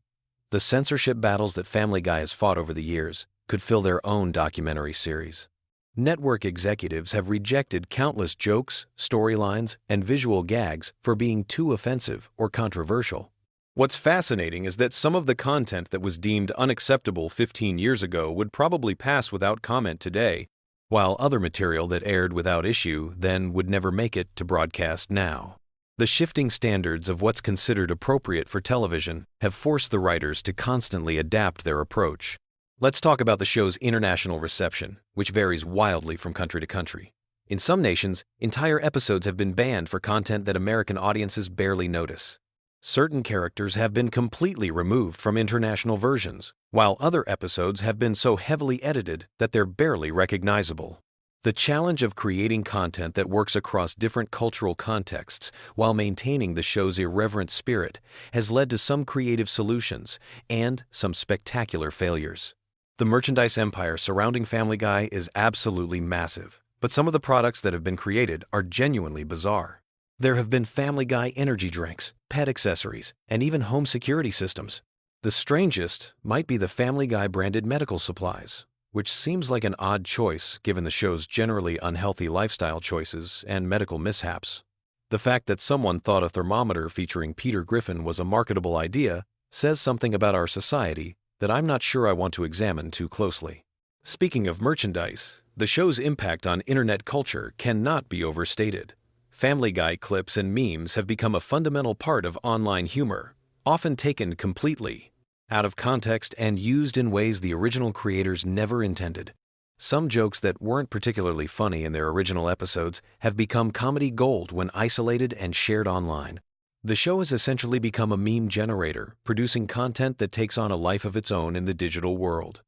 The guest star roster for Family Guy reads like a who's who of entertainment industry legends. What's remarkable is how many A-list celebrities have been willing to appear on a show that regularly mocks celebrity culture and Hollywood excess. Some guests have even allowed the show to create entire episodes built around making fun of their public personas. The fact that these stars are willing to be the butt of the joke shows either remarkable good humor or excellent agents who understand the value of staying relevant. But let's get back to the truly weird stuff. Did you know that the show has featured several episodes that were never supposed to air? These lost episodes contain content so strange or controversial that network executives decided they crossed lines that shouldn't be crossed. Some of these episodes have leaked online over the years, while others remain locked away in the Fox vault, possibly never to see the light of day. The existence of this hidden Family Guy content has spawned entire online communities dedicated to tracking down and sharing these forbidden episodes. The show's approach to historical events is particularly interesting.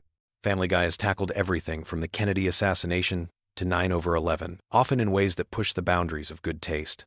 What's fascinating is how the show uses humor to comment on serious subjects, while simultaneously acknowledging that some things probably shouldn't be joked about. This creates a strange tension, where the show is both deeply irreverent and oddly respectful at the same time. The technical aspects of producing Family Guy have evolved dramatically over the show's run. Early episodes were animated using traditional cell animation techniques, while later seasons rely heavily on computer-generated imagery.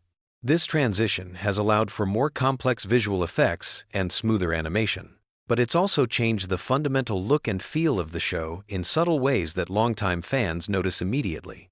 One of the most bizarre aspects of Family Guy lore involves the show's relationship with its own cancellation.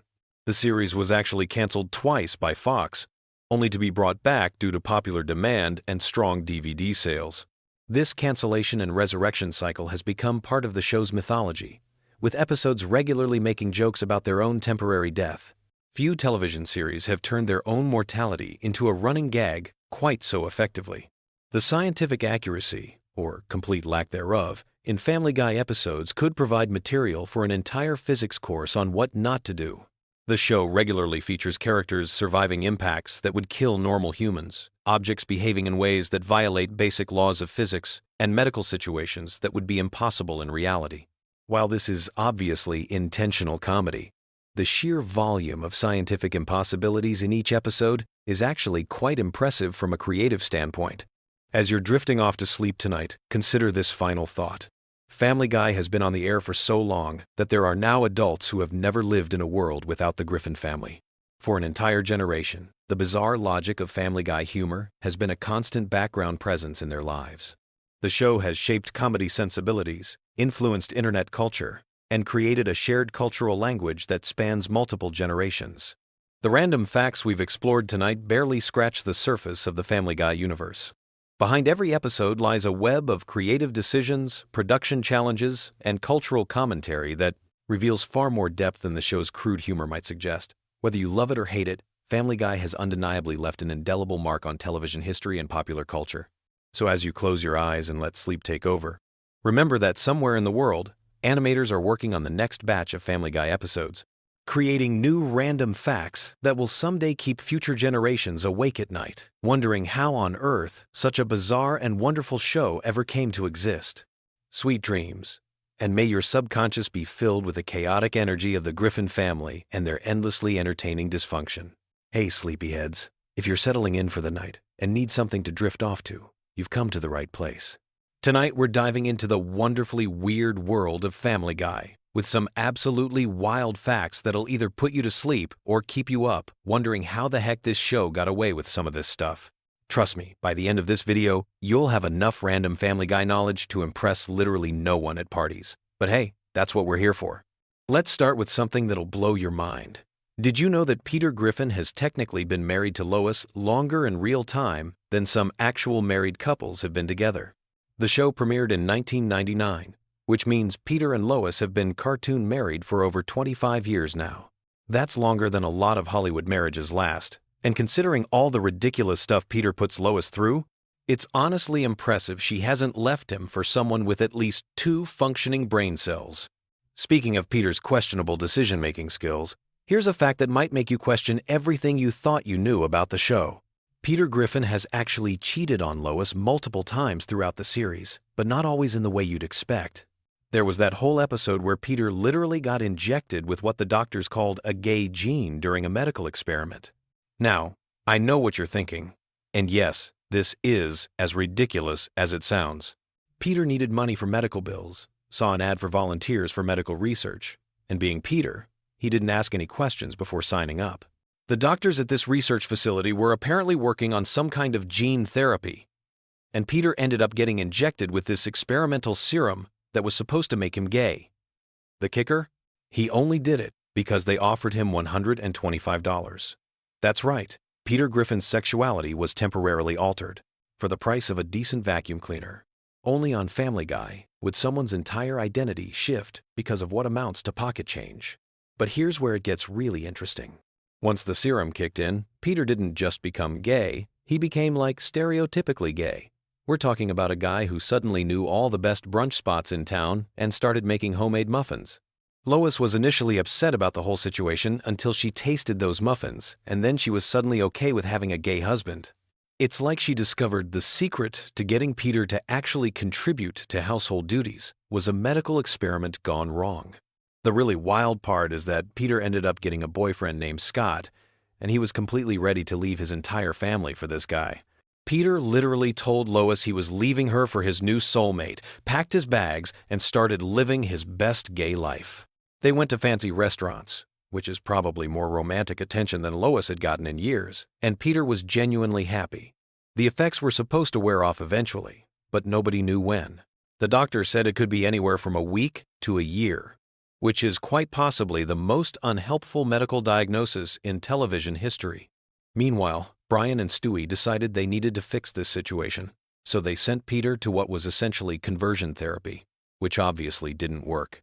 Scott got worried when Peter disappeared for 2 days and showed up at the Griffin house looking for him. When Lois found out what Brian had done, she wasn't happy, and they all rushed to rescue Peter from this ridiculous straight camp. Here's the kicker though. When Peter and Scott were finally reunited, Scott had a special surprise planned.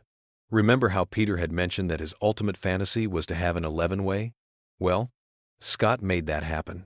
Can you imagine being in Peter's shoes when the effects finally wore off after 2.5 weeks? The man went from living his best life to probably needing serious therapy. But that wasn't even the only time Peter stepped out on his marriage. There was another incident involving his special mirrored sunglasses that accidentally revealed he was getting calls from a secret boyfriend. Peter was playing poker, and because he's Peter, he was wearing these ridiculous sunglasses that basically showed everyone his cards. But that wasn't even the stupidest part. When his phone rang during the game, everyone could see in his sunglasses that the contact was saved as his secret boyfriend. The man literally had no concept of how to keep a secret. Peter's excuse for taking the call? He told everyone it was his wife. Smooth, Peter. Real smooth. This is the same guy who somehow managed to maintain an entire second family in Chicago. That's right. Peter Griffin had a whole other life where he pretended to be the mother of someone else's children. He would tell his real family he was going on business trips, fly to Chicago, change clothes in a taxi, and then show up at this other house where a bunch of kids would greet him like he was their mom. I have so many questions about this arrangement that I don't think I want answered. Like, whose kids were those? How did this living situation even come about? And most importantly, how did Peter manage to keep this secret when he couldn't even hide a boyfriend's contact information on his phone? The man's inconsistency is honestly impressive. Then there was the time Peter got amnesia and forgot he was married to Lois entirely. This happened when the Griffin family somehow ended up on Family Feud, because of course they did. Peter got into a fight with Richard Dawson, which honestly seems about right for Peter's personality, and ended up flying headfirst into a table. The impact gave him complete amnesia, and he had no idea who Lois or his kids were. The doctor said Peter's memory could come back anywhere from days to years, which again, super helpful medical advice. Lois tried everything to jog his memory, including showing him old home movies, but Peter just got distracted by random things in the background.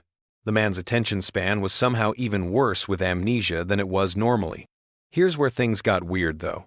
Peter might not have remembered being married to Lois, but some things about his personality remained intact, like the fact that he was a complete pervert. He started creeping on Lois, not realizing she was actually his wife and that he could just ask her to sleep with him. When Lois explained the situation, Peter was over the moon. He basically got to lose his virginity all over again, except this time with someone who actually knew what they were doing. But Peter's amnesia brain didn't quite understand the boundaries of marriage. He seemed to think that if he could sleep with Lois, he could probably sleep with anyone in the house. This led to Lois having to explain, in the most awkward way possible, that he couldn't have relations with the kids. That's a sentence no parent should ever have to say. But then again, this is Peter Griffin we're talking about. The amnesia situation got even more complicated when Peter decided he didn't want to be married anymore. He thought the whole concept was stupid and decided to become a bachelor. So suddenly, Lois and the kids were kicked out of their own house and had to move to a crappy apartment in the city, while Peter lived it up as a single man. He was throwing parties, bringing home different women every night, and generally living like he was 25 years old instead of a middle-aged father of 3. The really messed up part is that Peter got his memory back after about a day, but he decided to keep pretending he had amnesia because he was enjoying the bachelor lifestyle too much. Meanwhile, Quagmire was making moves on Lois in her vulnerable state, and Brian had to rush to tell Peter what was happening. Peter finally confessed that his memory had returned, but only because he didn't want Quagmire sleeping with his wife. The fact that he was willing to abandon his family for random hookups but drew the line at Quagmire says a lot about Peter's priorities. One of the most bizarre cheating incidents involved Peter falling in love with a cardboard cutout. This wasn't some quick gag either. Peter literally brought home a cardboard stand-up of model Kathy Ireland and treated it like a real relationship. He introduced the cutout to his kids, took it out to dinner, and somehow managed to have what he considered a physical relationship with it. The logistics of this situation are something I don't think anyone wants to think too hard about. Peter was so committed to this cardboard romance that he told his kids Kathy was their new mom. Lois was still living in the house and honestly seemed pretty unbothered by the whole thing. She figured it would blow over eventually, and she was probably right, except that Chris decided to take Kathy into his room for his own purposes. When Peter found out, he was so angry that he shook the cutout, and her cardboard head literally fell off, ending the relationship in the most anticlimactic way possible. The show also had this meta episode where they pretended to show behind-the-scenes footage of the Family Guy cast, and in this fake documentary, we found out that Peter was supposedly cheating on Lois with an 18-year-old intern. When confronted about the naked pictures on his phone, Peter's excuse was that his phone number used to belong to the intern's ex-boyfriend, so the pictures were sent by mistake. Then, when pressed further, he claimed it was the cloud's fault. The cloud people. Peter Griffin blamed technology for his infidelity. What made this even worse was that Lois revealed this had happened 5 times, and some of the pictures actually had Peter in them too. At this point, you have to wonder about Lois's self-respect. But then again, she's been putting up with Peter's nonsense for over 2 decades. So maybe she's just developed an immunity to his stupidity. Throughout all of these incidents, there's this running theme of Peter having absolutely no understanding of how relationships work. Whether he's temporarily gay, suffering from amnesia, or falling in love with cardboard, he consistently makes choices that any reasonable person would recognize as relationship ending. Yet somehow, Lois always takes him back, and they return to their dysfunctional but apparently unbreakable marriage. The fascinating thing about Peter's various infidelities is how they reflect different aspects of his character. When he's gay, he becomes more thoughtful and domestic. When he has amnesia, his base instincts take over. When he's with the cardboard cutout, it shows his complete detachment from reality. Each scenario reveals something different about what makes Peter tick, even if none of it makes him a better husband. What's really interesting is how the show treats these situations as comedy rather than serious relationship problems. In real life, most of these incidents would result in divorce, therapy, or at minimum, some serious conversations about boundaries and commitment. But in the Family Guy universe, they're just Tuesday. Peter can maintain a secret family, inject himself with experimental drugs, or forget his wife exists entirely, and by the end of the episode, everything goes back to normal. This reflects the show's overall approach to continuity and consequences. Family Guy operates in a world where actions don't have lasting impact, where characters can experience major life changes that are completely forgotten by the next episode. It's part of what allows the show to push boundaries and explore ridiculous scenarios without worrying about long-term narrative consistency. The fact that Peter has cheated on Lois in so many different ways also highlights the show's commitment to mining comedy from uncomfortable situations. Seth MacFarlane and the writing team seem to delight in finding new ways to make Peter an even worse husband, while somehow keeping him sympathetic enough that audiences don't completely turn against him. And there you have it, folks. Peter Griffin's extensive history of marital infidelity, from gay gene experiments to cardboard cutout romances. Sweet dreams. And try not to think too hard about the logistics of any of this. If you enjoyed learning about Peter's questionable relationship choices, make sure to subscribe for more random animated facts that serve no practical purpose but might help you fall asleep. Until next time, keep it weird, keep it random, and remember that somewhere out there, Peter Griffin is probably doing something that would end most marriages but will be completely forgotten by next episode. Picture this. You're scrolling through endless YouTube videos at 2 a.m., your brain craving something familiar yet fascinating to drift off to. Well, buckle up because I've got a treasure trove of Family Guy secrets that'll either help you sleep peacefully or keep you wide awake wondering how this animated chaos machine actually works. From behind-the-scenes drama to mind-bending production facts, these random tidbits about the Griffin family will give your brain exactly what it needs for that perfect sleepy time content. Let me start with something that'll blow your mind right off the bat. The voice of Stewie Griffin, that diabolical baby genius we all know and love, is performed by the show's creator, Seth MacFarlane himself. But here's the kicker that most people don't realize. MacFarlane originally based Stewie's voice on the legendary actor Rex Harrison, who played Professor Henry Higgins in My Fair Lady. That posh, sophisticated British accent that makes Stewie sound like he stepped out of a Victorian manor.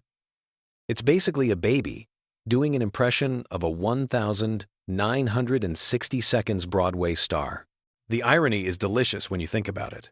This character who spends half his time plotting world domination is essentially channeling a musical theater legend. Now, if you think that's wild, wait until you hear about the show's near-death experience that almost prevented it from becoming the cultural phenomenon we know today. Family Guy was actually canceled not once, but twice by Fox. The first cancellation happened in 2002 after just 3 seasons, and for a hot minute there, it looked like the Griffin family was done for good. But then something magical happened that literally brought the show back from the dead. DVD sales and Adult Swim reruns created such a massive fan following that Fox had no choice but to resurrect it in 2005. It's like the show became a zombie that refused to stay buried, clawing its way back to life through sheer fan devotion. The creation story of Family Guy itself reads like something out of a fever dream. Seth MacFarlane was just 24 years old when he pitched the show to Fox, making him one of the youngest people ever to create and run their own animated series for a major network. He literally animated the entire pilot episode by himself, spending months hunched over a desk drawing frame after frame while surviving on probably nothing but coffee and determination. The original pitch was actually inspired by his college thesis film called The Life of Larry, which featured a middle-aged man with a talking dog. Sound familiar? That little student film eventually evolved into the multi-million-dollar empire we know today. Speaking of that talking dog, Brian Griffin holds a special place in animation history for reasons you probably never considered.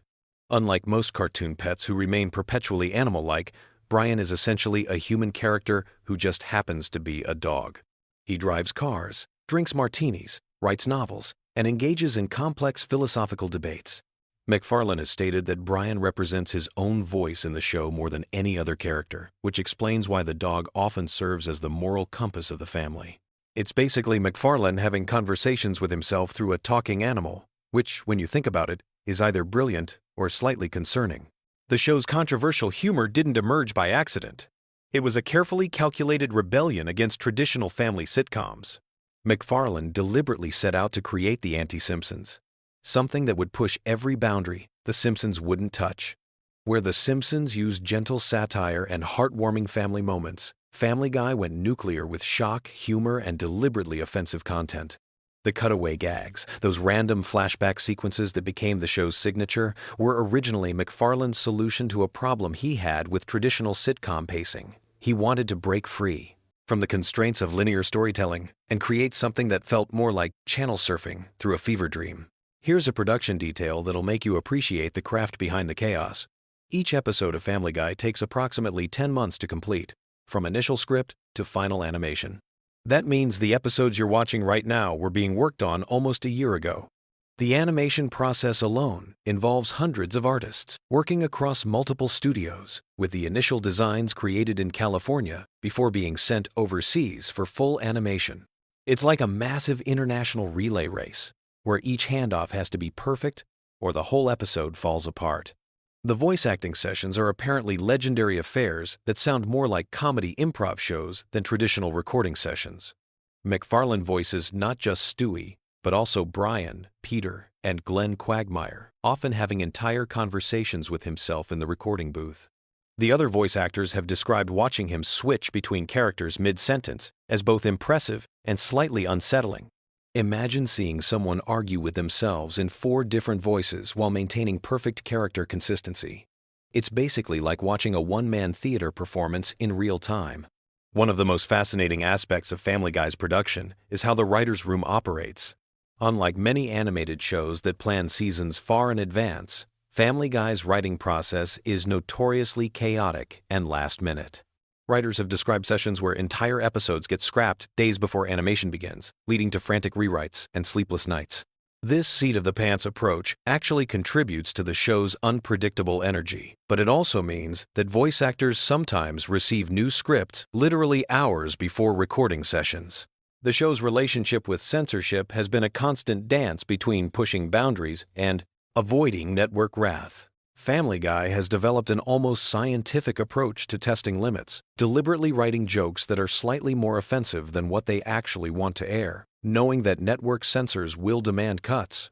The final version that reaches viewers is often the writer's actual intended content, achieved through strategic overwriting and negotiation. It's psychological warfare, disguised as comedy writing. McFarlane's musical background plays a much larger role in the show than most people realize. Before creating Family Guy, he was actually a jazz vocalist and pianist, which explains the numerous musical numbers scattered throughout episodes. Those elaborate song and dance sequences aren't just random comedy bits. They're genuine musical theater productions compressed into cartoon format.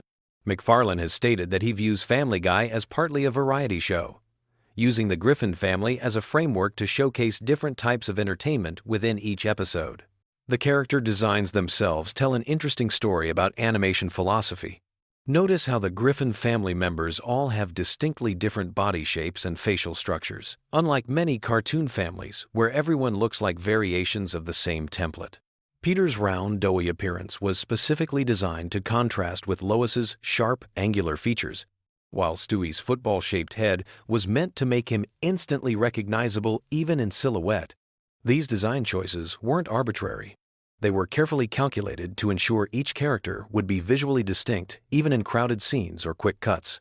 Here's something that'll change how you watch the show forever. The infamous chicken fights between Peter and Ernie the Giant Chicken weren't originally planned as recurring segments. The first chicken fight was supposed to be a one-off gag, but the animation team had so much fun creating the over-the-top action sequence that it became a running theme. Those elaborate, destruction-filled battles that seem to last forever? They're essentially the animation team showing off their action sequence skills in a comedy show, like flexing creative muscles that don't usually get exercised in traditional sitcom animation. The show's approach to celebrity guest stars is uniquely twisted compared to other animated series. While most cartoons treat celebrity appearances as special events, with the famous person playing themselves or a character clearly meant to be them, Family Guy often buries celebrity voices in minor roles without any fanfare. A-list actors will voice background characters for single lines, and viewers might never realize they just heard a famous person deliver a throwaway joke. It's the entertainment industry equivalent of hiding expensive ingredients in cheap fast food. Family Guy's international versions reveal fascinating cultural differences in humor. In some countries, entire episodes have been rewritten because the original jokes simply don't translate, not just linguistically, but culturally. What Americans find hilarious might be completely incomprehensible to audiences in other parts of the world, leading to localized versions that are essentially different shows with the same characters. It's like each country gets its own flavor of the Griffin family chaos, tailored to local sensibilities. The merchandising empire built around Family Guy extends into some surprisingly niche markets. Beyond the obvious t-shirts and DVDs, there are Family Guy-themed wine collections, luxury watches, and even high-end collectible sculptures that cost thousands of dollars. The show that built its reputation on lowbrow humor has somehow spawned upscale merchandise that wouldn't look out of place in expensive boutiques. It's cultural cognitive dissonance at its finest. The writing staff includes people from incredibly diverse backgrounds: former stand-up comedians, Harvard graduates, television veterans, and complete newcomers to the industry. This mix creates a unique creative environment where highbrow intellectual humor crashes into street-level comedy instincts. The result is a show that can reference obscure philosophical concepts in one scene and make fart jokes in the next, often within the same episode. Animation errors in Family Guy have become something of a cult fascination among fans. Unlike other shows that try to hide mistakes, Family Guy occasionally leaves obvious animation goofs in the final product, either intentionally, as Easter eggs, or because the production schedule doesn't allow for fixes. These errors have spawned online communities dedicated to spotting and cataloging every miscolored character, floating object, or impossible perspective. It's accidental, interactive entertainment, where viewers become detectives hunting for visual inconsistencies. The show's theme song, that bouncy piano melody everyone knows by heart, was originally much longer and included additional verses that were cut for time.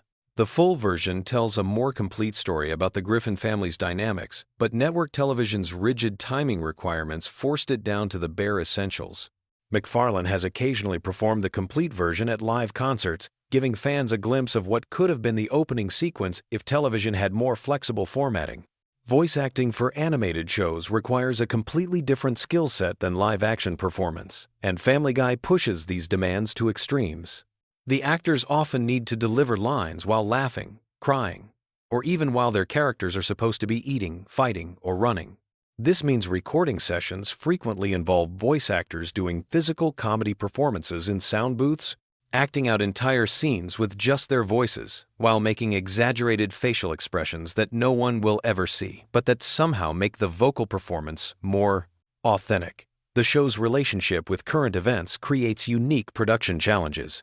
Because episodes take months to complete, jokes about contemporary issues often feel dated by the time they air, leading to a complex balancing act between topical relevance and timeless humor. Writers have developed strategies for creating content that feels current without being tied to specific news cycles, though sometimes they get caught off guard when major events happen during production and their carefully planned episodes suddenly seem tone-deaf or prescient in ways they never intended. Family Guy's influence on internet culture extends far beyond just memes and viral videos. The show's cutaway gag structure essentially predicted how people would consume media in the social media age. Short, disconnected bursts of content that don't require following a linear narrative. Those seemingly random flashbacks that interrupt the main story. They're basically the television equivalent of scrolling through TikTok or Twitter, jumping from one unrelated thought to another without warning. The economics behind Family Guy reveal interesting insights into how modern television actually works. Despite being an animated show with relatively high production costs, it's incredibly profitable because animated content doesn't age the same way live-action shows do. There are no aging actors demanding higher salaries, no physical sets that deteriorate, and no location shoots that become impossible due to changing landscapes. The Griffin family can theoretically exist forever without any of the logistical problems that eventually kill most television series. Behind all the controversy and chaos, Family Guy operates like a massive creative experiment in pushing the boundaries of what television can be. Every episode is essentially asking the question, what if we tried this completely ridiculous thing and somehow made it work within the framework of a family sitcom? Sometimes the experiments fail spectacularly. But when they succeed, they create moments of television that are genuinely unlike anything else on the air. The show has created its own internal mythology that's become increasingly complex over the years. Character relationships, running gags, and callback references have built up layers of continuity that reward longtime viewers while potentially confusing newcomers. It's like a secret club where the membership requirement is having watched hundreds of hours of animated chaos, and the reward is understanding jokes that are incomprehensible to everyone else. And here's perhaps the most interesting fact about Family Guy. Despite all its success and cultural impact, the show remains fundamentally unpredictable. After more than 2 decades on the air, it can still surprise viewers with completely unexpected creative choices, bizarre guest appearances, or experimental episodes that break its own established rules. In a television landscape increasingly dominated by formulaic content, Family Guy maintains a chaotic creativity that keeps audiences guessing what might happen next. So there you have it, a deep dive into the wonderfully weird world behind one of television's most controversial animated families. Whether you're drifting off to sleep or staying wide awake in fascination, These facts reveal just how much complexity hides behind what appears to be simple cartoon chaos. Sweet dreams. And remember, in the Griffin household, normal is just another word for boring. Picture this. You're lying in bed, scrolling through your phone, and your brain is buzzing with the day's chaos. You need something familiar, something comforting, something that'll help you drift off into peaceful sleep. Well, tonight we're diving into the wonderfully weird world of Quahog with some random Family Guy facts that'll ease you into dreamland.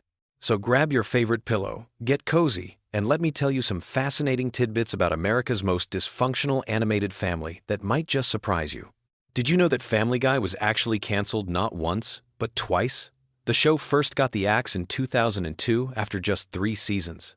Fox executives thought the ratings weren't strong enough to justify keeping it alive. But here's where it gets interesting. The show found new life through DVD sales and reruns on Adult Swim. The DVD sales were so phenomenal that they broke records for animated series at the time. Fans were buying up seasons faster than Peter could down a beer at the Drunken Clam. This unprecedented demand from home video sales convinced Fox to bring the show back in 2005, making it one of the first series ever to be resurrected primarily due to DVD performance. The voice behind Peter Griffin, Seth MacFarlane, actually does most of his recording sessions incredibly quickly. While many voice actors take hours to perfect their performances, MacFarlane can knock out an entire episode's worth of dialogue in about 2 hours. That's pretty impressive when you consider he voices not just Peter, but also Brian, Stewie, and Glenn Quagmire. His rapid recording style comes from his background in radio, where timing and efficiency were absolutely crucial. MacFarlane developed his distinctive character voices during his college years at the Rhode Island School of Design, where he actually created an early version of Family Guy as his senior thesis project. Speaking of voices, here's something that might keep you pondering as you fall asleep. Stewie's accent isn't actually British. Seth MacFarlane has explained that Stewie's voice is meant to be a sort of generic upper-class accent that could come from anywhere. It's a theatrical, affected way of speaking that's supposed to make Stewie sound sophisticated and pretentious, regardless of geographic origin.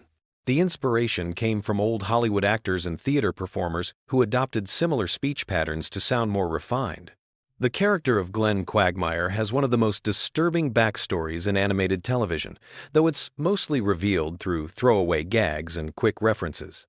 His middle name is apparently Quentin, and he's supposedly been a pilot since the 1960 seconds, which would make him significantly older than he appears. The show has hinted that he's been involved in various historical events, always in morally questionable ways. His famous catchphrase, "giggity," wasn't actually in the original character design. It evolved naturally during Seth MacFarlane's recording sessions and became so popular with the writers that they started incorporating it into more and more episodes. Here's a fact that might make you appreciate the show's attention to detail. The Griffin family's house layout is incredibly consistent throughout the series. The writers and animators keep detailed floor plans to ensure that rooms connect properly from episode to episode. This level of continuity is actually quite rare in animated sitcoms, where houses often seem to have magical expanding and contracting rooms depending on what the plot needs. The Griffin house is based on an actual home in Cranston, Rhode Island, though it's been modified significantly for animation purposes. Brian's character has evolved dramatically since the show's early days. Originally, he was written as more of a straight man to Peter's antics, serving as the voice of reason in the household. However, as the series progressed, the writers began exploring Brian's flaws more deeply. His pretentiousness, his drinking problem, his romantic failures, and his writing aspirations all became major character traits. This evolution reflects Seth MacFarlane's own growth as a writer and his willingness to make his characters more complex and sometimes less likable. The show's cultural impact extends far beyond television screens. Family Guy has influenced internet meme culture in ways that few other shows can claim. The Roadhouse cutaway gag became a popular meme format years before most people even knew what memes were. The "oh no" moments, the chicken fights, and countless other Family Guy references have become part of online vernacular. This digital footprint has helped keep the show relevant with younger audiences who might discover it through social media rather than traditional television viewing. One of the most interesting aspects of Family Guy's production is how cutaway gags are created. The writers have a separate room where they brainstorm completely random, unrelated jokes that can be inserted into episodes when needed. These gags are often written months before they're actually used, and they're stored in a database that writers can search through when they need to fill time or add comedy to a scene. This system allows for the show's signature non-sequitur humor, while maintaining a consistent production schedule. The character of Meg has been voiced by two different actors, though most viewers probably never noticed the change. Lacey Chabert voiced Meg during the first season, but Mila Kunis took over starting in season 2. The transition was so seamless that it barely registered with audiences. Mila Kunis has mentioned in interviews that she initially tried to match Lacey Chabert's interpretation of the character, but eventually developed her own approach. Interestingly, Kunis was also voicing Jackie Burkhardt on That 70 Seconds show at the same time, showcasing her range as a voice actor. Family Guy's relationship with censorship has been fascinating to observe over the years. The show has pushed boundaries consistently, sometimes getting away with content that surprises even longtime viewers. However, there are also episodes that have been banned or heavily edited for various reasons. The censorship battles have actually become part of the show's identity, with Seth MacFarlane and the writers often incorporating discussions about censorship directly into episodes. The show's approach to celebrity guest stars is uniquely irreverent. Unlike many animated series that treat celebrity appearances as special events, Family Guy often has famous people, voice characters, who are immediately killed off or humiliated in some way. This approach reflects the show's general irreverence towards celebrity culture and its willingness to bite the hand that feeds it. Many celebrities have appeared on the show specifically because they wanted to be made fun of, which says something interesting about the show's cultural position. Here's something that might surprise you. Family Guy has actually won several Emmy nominations and awards over the years. While it's often dismissed as lowbrow humor, the show has been recognized for its voice acting, animation, and music. Seth MacFarlane's musical numbers, in particular, have received critical acclaim. His background in musical theater shows through in episodes featuring elaborate song and dance sequences, which often rival those found in major animated films. The show's international versions are fascinating studies in cultural adaptation. Different countries have had to handle the show's content in various ways, sometimes changing jokes entirely to make them relevant to local audiences. In some cases, entire episodes have been restructured because certain references or situations don't translate across cultural boundaries. These international versions offer interesting insights into how humor travels, or doesn't travel, across different societies. Family Guy's merchandise empire is surprisingly extensive and eclectic. Beyond the typical t-shirts and action figures, there have been Family Guy board games, cookbooks, and even meditation guides. The show's merchandising success demonstrates how deeply it has penetrated popular culture. Fans don't just watch Family Guy, they incorporate it into various aspects of their lives through products that extend the show's universe into the real world. The writing process for Family Guy involves what the staff calls manatee balls, a reference to a South Park episode that made fun of Family Guy's writing style. The writers actually embraced this criticism and lean into the randomness that South Park was mocking. They've developed systems for generating increasingly absurd combinations of references, situations, and characters. This self-aware approach to their own writing style has become part of the show's meta-humor. Seth MacFarlane's other projects have often served as testing grounds for Family Guy concepts. The Orville, his science fiction series, actually uses some of the same character dynamics and humor styles that he developed for Family Guy, just in a different setting. Similarly, American Dad and The Cleveland Show served as laboratories where different aspects of the Family Guy formula could be explored and refined. The show's relationship with current events is complex and ever-evolving.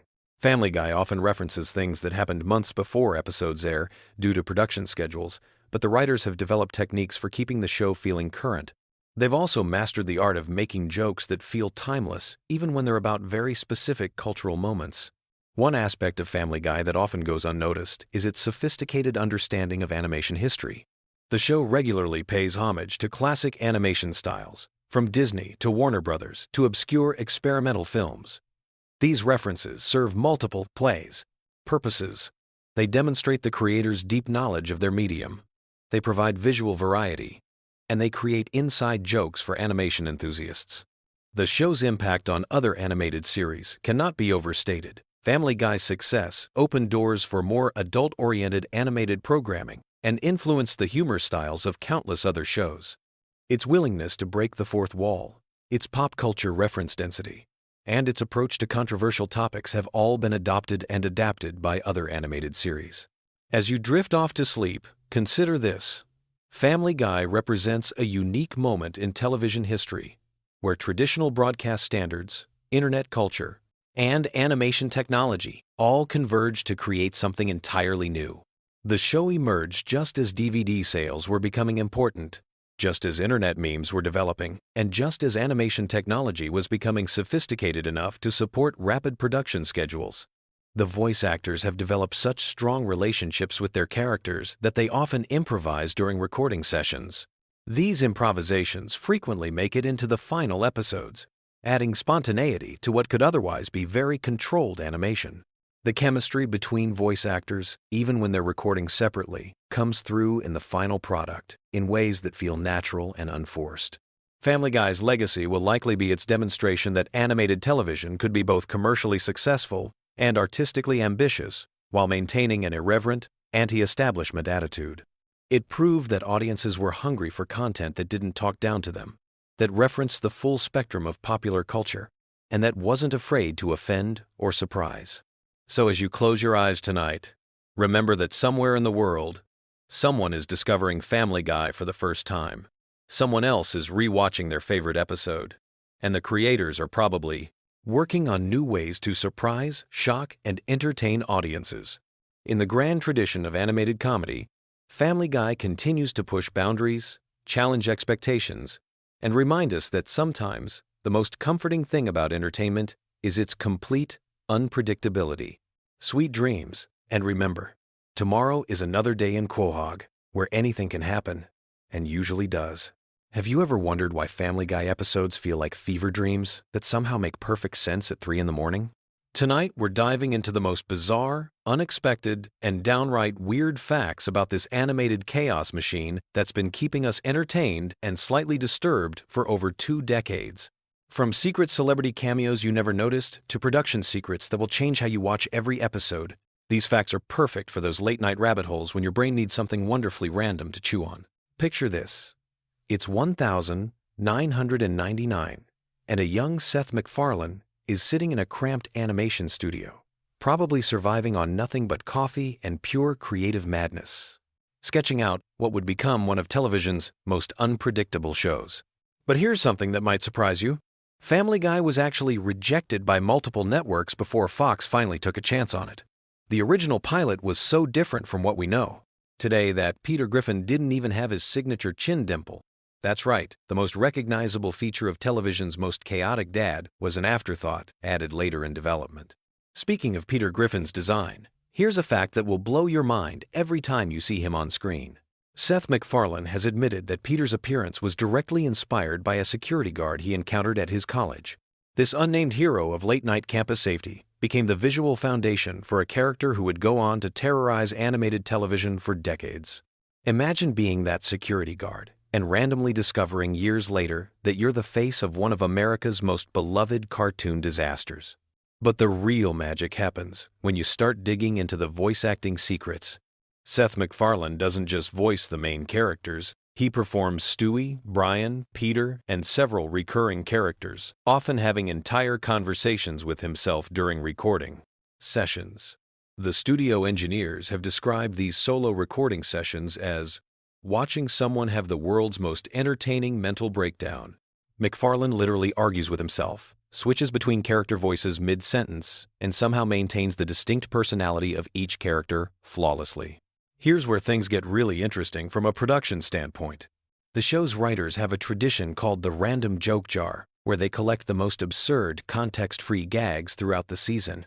When they're stuck on an episode or need to fill time, they literally reach into this jar and randomly select bizarre scenarios to animate. This explains why you'll be watching a normal family dinner scene that suddenly cuts to a 3-minute sequence about a time-traveling sandwich.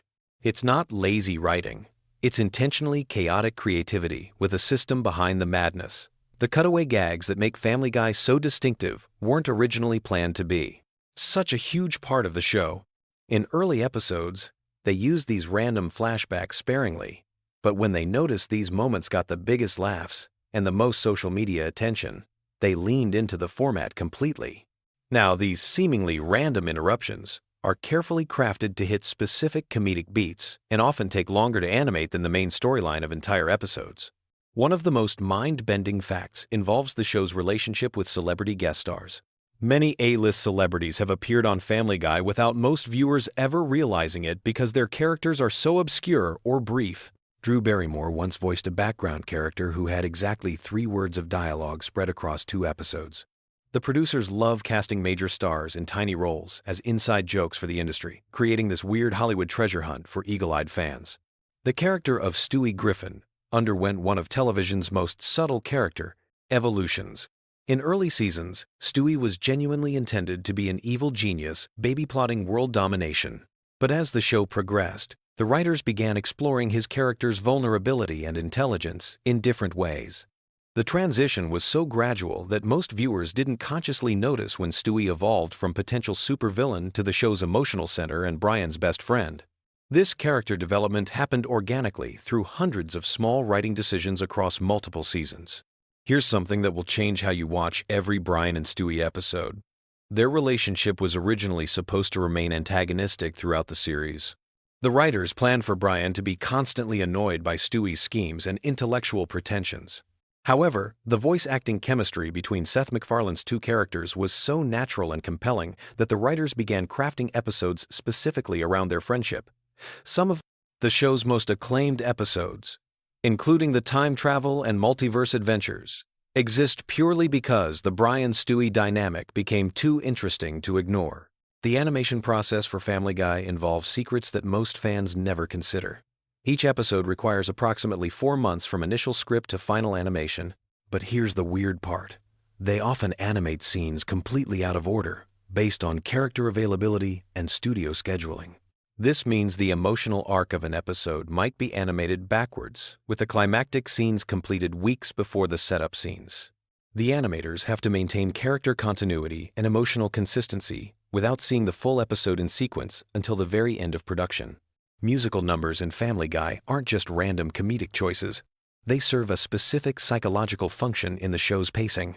The writers discovered that musical sequences reset viewer attention spans and create natural breaks in the chaotic energy that defines most episodes. When you feel overwhelmed by rapid-fire jokes and cutaway gags, a musical number gives your brain permission to reset and re-engage with the storyline. It's basically psychological manipulation disguised as entertainment, and it works perfectly. The show's relationship with censorship creates some of the most interesting behind-the-scenes stories.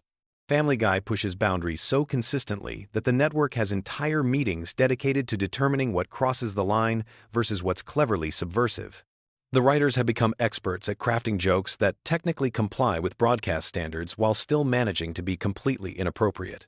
They've turned censorship navigation into its own art form, often making the censored versions of jokes funnier than the original uncensored concepts. Here's a fact that demonstrates the show's cultural impact in ways you might not expect. Family Guy references have been spotted in congressional hearings, Supreme Court footnotes, and international diplomatic communications. Politicians and legal scholars apparently watch the show and unconsciously incorporate its humor patterns into serious discourse. There's something simultaneously hilarious and terrifying about the idea that Stewie Griffin's speech patterns are influencing actual government policy discussions. The economics behind Family Guy reveal fascinating insights into modern television production. Each episode costs significantly more to produce than most people realize because of the sheer amount of custom animation required for cutaway gags. A single random flashback sequence might require creating entirely new character designs, backgrounds, and animation styles that will never be used again. The show essentially produces mini-movies within every episode, making it one of the most expensive animated series on television, despite its seemingly simple art style. Voice recording sessions for Family Guy episodes are legendary among industry professionals for their complete unpredictability. Seth MacFarlane often improvises entire scenes in character, creating alternate versions of jokes that the writers never conceived. Sometimes these improvised moments are so funny that entire episode plots get rewritten around a single spontaneous line delivery. The recording booth becomes this weird laboratory where cartoon characters take on lives of their own and influence their own storylines. The show's treatment of controversial topics follows a specific comedy philosophy that Seth MacFarlane has described as equal opportunity offense. The writing team maintains detailed charts tracking which groups, topics, and themes they've targeted to ensure their irreverence remains balanced across the political and social spectrum. This systematic approach to controversy means every offensive joke is part of a larger pattern designed to prevent the show from developing any consistent political agenda beyond general chaos. Cleveland's spin-off show, The Cleveland Show, was actually conceived as a way to explore Family Guy's universe from a completely different perspective while maintaining the same comedic DNA. The failed experiment taught the creators valuable lessons about what makes Family Guy specifically work versus what elements translate to other formats. Cleveland's return to Family Guy brought with him subtle character changes informed by his solo series experience, creating this weird continuity where a character evolved through his own failed show. The internet age has transformed how Family Guy episodes are created and consumed. The writers now monitor social media reactions to episodes in real time and adjust future storylines based on which jokes generate the most memes and viral moments. This feedback loop means the show is constantly evolving to match internet culture while simultaneously influencing internet culture. It's become this weird, symbiotic relationship where the show and its online fanbase co-create content together. Animation errors in Family Guy often become intentional running gags when fans notice and celebrate them online. The production team has learned to embrace happy accidents, sometimes deliberately recreating animation mistakes in future episodes as callbacks to their own imperfections. This self-aware approach to production errors creates additional layers of humor for dedicated fans while maintaining accessibility for casual viewers. The show's influence on other animated series is more extensive than most people realize. Writing techniques, character development approaches, and comedic timing patterns pioneered by Family Guy appear throughout modern animated television. Shows that seem completely different often use Family Guy's structural innovations adapted to their own specific styles and audiences. It's become the secret template for contemporary animated comedy without most viewers consciously recognizing the influence. As you drift off to sleep tonight, remember that somewhere in the world, animators are probably working on next season's episodes, crafting new combinations of chaos and creativity that will eventually become someone else's late-night viewing experience. Family Guy continues to exist in this weird space between sophisticated entertainment and absolute nonsense, providing the perfect mental soundtrack for those moments when your brain needs something familiar yet unpredictable to focus on while the rest of the world sleeps. The show's legacy isn't just about the jokes or the characters. It's about proving that television audiences are capable of appreciating complexity disguised as simplicity, intelligence hidden within apparent randomness, and genuine emotional moments embedded in absolute chaos. Sweet dreams, and may your unconscious mind sort through all this delightful weirdness while you rest. Have you ever wondered why Peter Griffin's laugh is so weirdly infectious, or how Family Guy predicted some of the most bizarre real-world events years before they happened? Tonight, we're diving deep into the most mind-bending facts about Family Guy that will either put you to sleep or keep you awake thinking about how insane this show really is. Picture this. You're lying in bed, scrolling through streaming services, and you land on Family Guy. Maybe you've seen every episode a dozen times, or maybe you're just discovering the chaos that is the Griffin family. Either way, there are secrets hidden in plain sight that even the most dedicated fans miss. From voice acting mysteries that will blow your mind to cultural references so obscure they require a PhD to understand, Family Guy is way more complex than anyone gives it credit for. Let's start with something that sounds completely made up but is absolutely true. Seth MacFarlane, the creator of Family Guy, was supposed to be on one of the planes that hit the World Trade Center on September 11th. He had a ticket for American Airlines Flight 11, but missed it because he was hungover and his travel agent gave him the wrong departure time.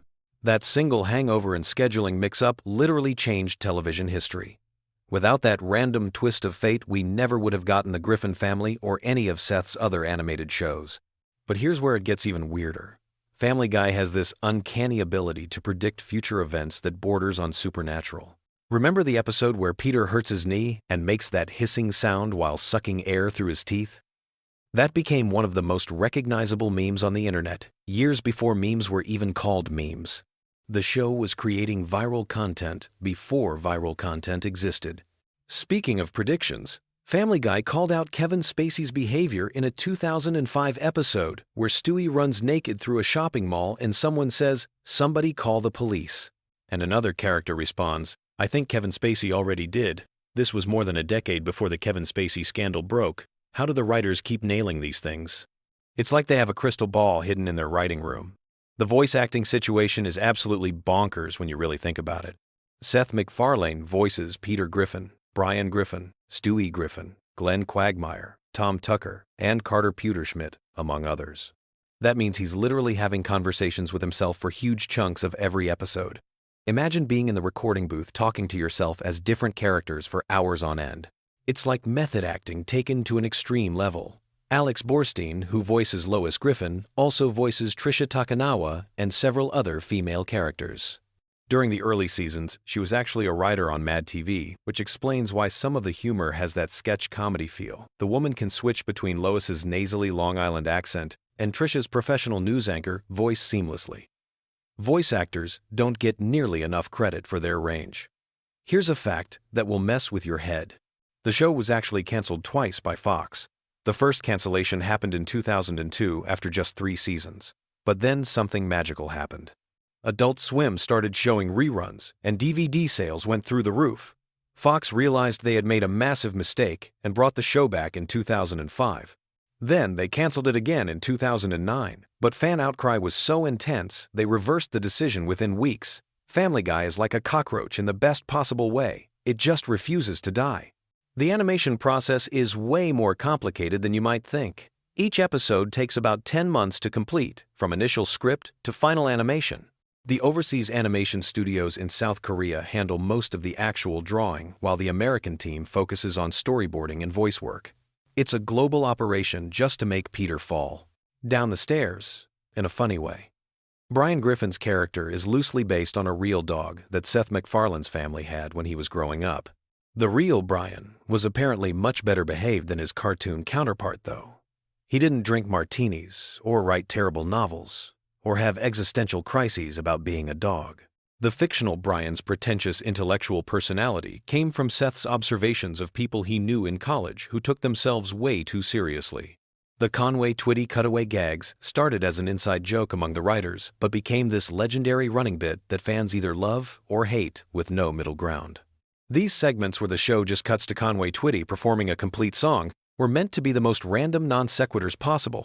The fact that they kept doing it even when fans complained just made it funnier to the writers.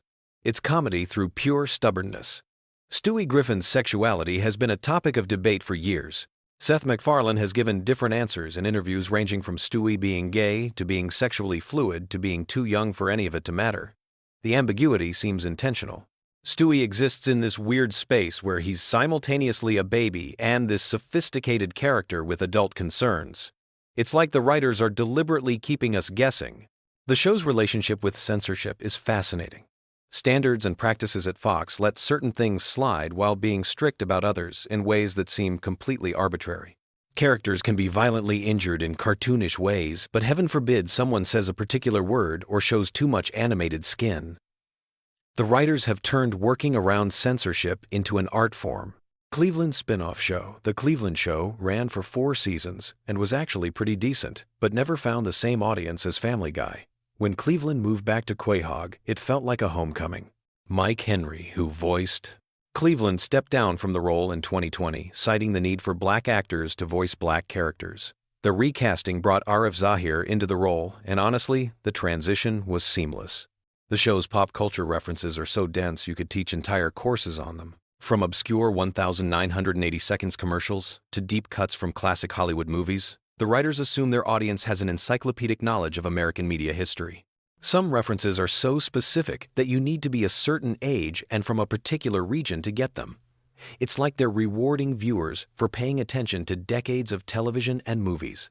Peter Griffin's job at the brewery is based on real brewery operations that Seth MacFarlane researched. The Pawtucket Patriot beer is obviously a parody of Samuel Adams, but the actual brewery dynamics and workplace situations are surprisingly accurate. Peter's incompetence is exaggerated for comedy, but apparently real brewery workers have told the writers that some of their workplace storylines hit uncomfortably close to home. The show's theme song is performed by Walter Murphy, who also composed music for Saturday Night Fever. Having a disco legend write your cartoon theme song is the kind of random collaboration that only happens in Hollywood. The orchestral arrangement gives the show this grand cinematic feel that contrasts perfectly with the chaotic family dynamics. Meg Griffin is voiced by Mila Kunis, who was just 15 years old when she started the role. She's grown up with the character in a way that's pretty unique for voice acting. Lacey Chabert voiced Meg in the first season before scheduling conflicts forced her to step down. The transition happened so smoothly that most viewers didn't even notice the change. The show's animation style has evolved significantly over 20-plus seasons. Early episodes had this rougher hand-drawn quality, while newer episodes are much more polished and computer-assisted. You can literally watch the technology advance by comparing episodes from different eras. The character designs have become more standardized, but somehow less distinctive. Family Guy's influence on internet culture is immeasurable. Before YouTube compilation videos existed, fans were trading Family Guy clips on early file-sharing networks. The show basically invented the concept of animated content going viral. Cutaway gags are perfect for social media because they're self-contained comedy bits that work without context. The writer's room must be absolute chaos. How do you pitch ideas for a show where literally anything can happen? The creative process seems to involve taking normal family situations and pushing them to the most extreme possible conclusions. It's like improv comedy, but with months of animation work required to execute each joke. Seth MacFarlane's other projects, like The Orville and his music albums, show his range beyond comedy, but Family Guy remains his most recognizable creation. The show has become this cultural touchstone that defines a particular era of animated television. Love it or hate it, you can't ignore its impact. The merchandising empire around Family Guy is surprisingly extensive. From t-shirts featuring Stewie's quotes to Peter Griffin action figures, the show has spawned countless products. The fact that people want to wear clothing featuring cartoon characters making inappropriate jokes says something profound about modern comedy consumption. Here's something that will keep you thinking as you drift off to sleep. Family Guy exists in this weird space between family sitcom and surreal comedy experiment. It's simultaneously the most normal and most bizarre show on television. The Griffin family deals with everyday problems, like paying bills and getting along with neighbors. But they also travel through time, fight giant chickens, and have musical numbers about random topics. The show's longevity is a testament to something deeper than just comedy. It's comfort food for your brain. Even when the jokes don't land, there's something familiar and reassuring about Peter's voice or Stewie's elaborate schemes. It's like spending time with dysfunctional friends who make you feel better about your own problems. As you close your eyes tonight, maybe you'll dream about cutaway gags from your own life, or imagine what it would be like to have conversations with your pet, like Brian and the Griffin family. Or maybe you'll just sleep soundly, knowing that somewhere in the world, animators are working on the next episode where Peter does something incredibly stupid and somehow everything works out fine. Sweet dreams, and remember, we all have a little bit of Griffin family chaos in our lives. The difference is, their chaos gets turned into comedy gold, while ours just makes us tired. At least now you know some random Family Guy facts that are just weird enough to either bore you to sleep or keep you awake. Wondering what other secrets are hidden in your favorite animated shows?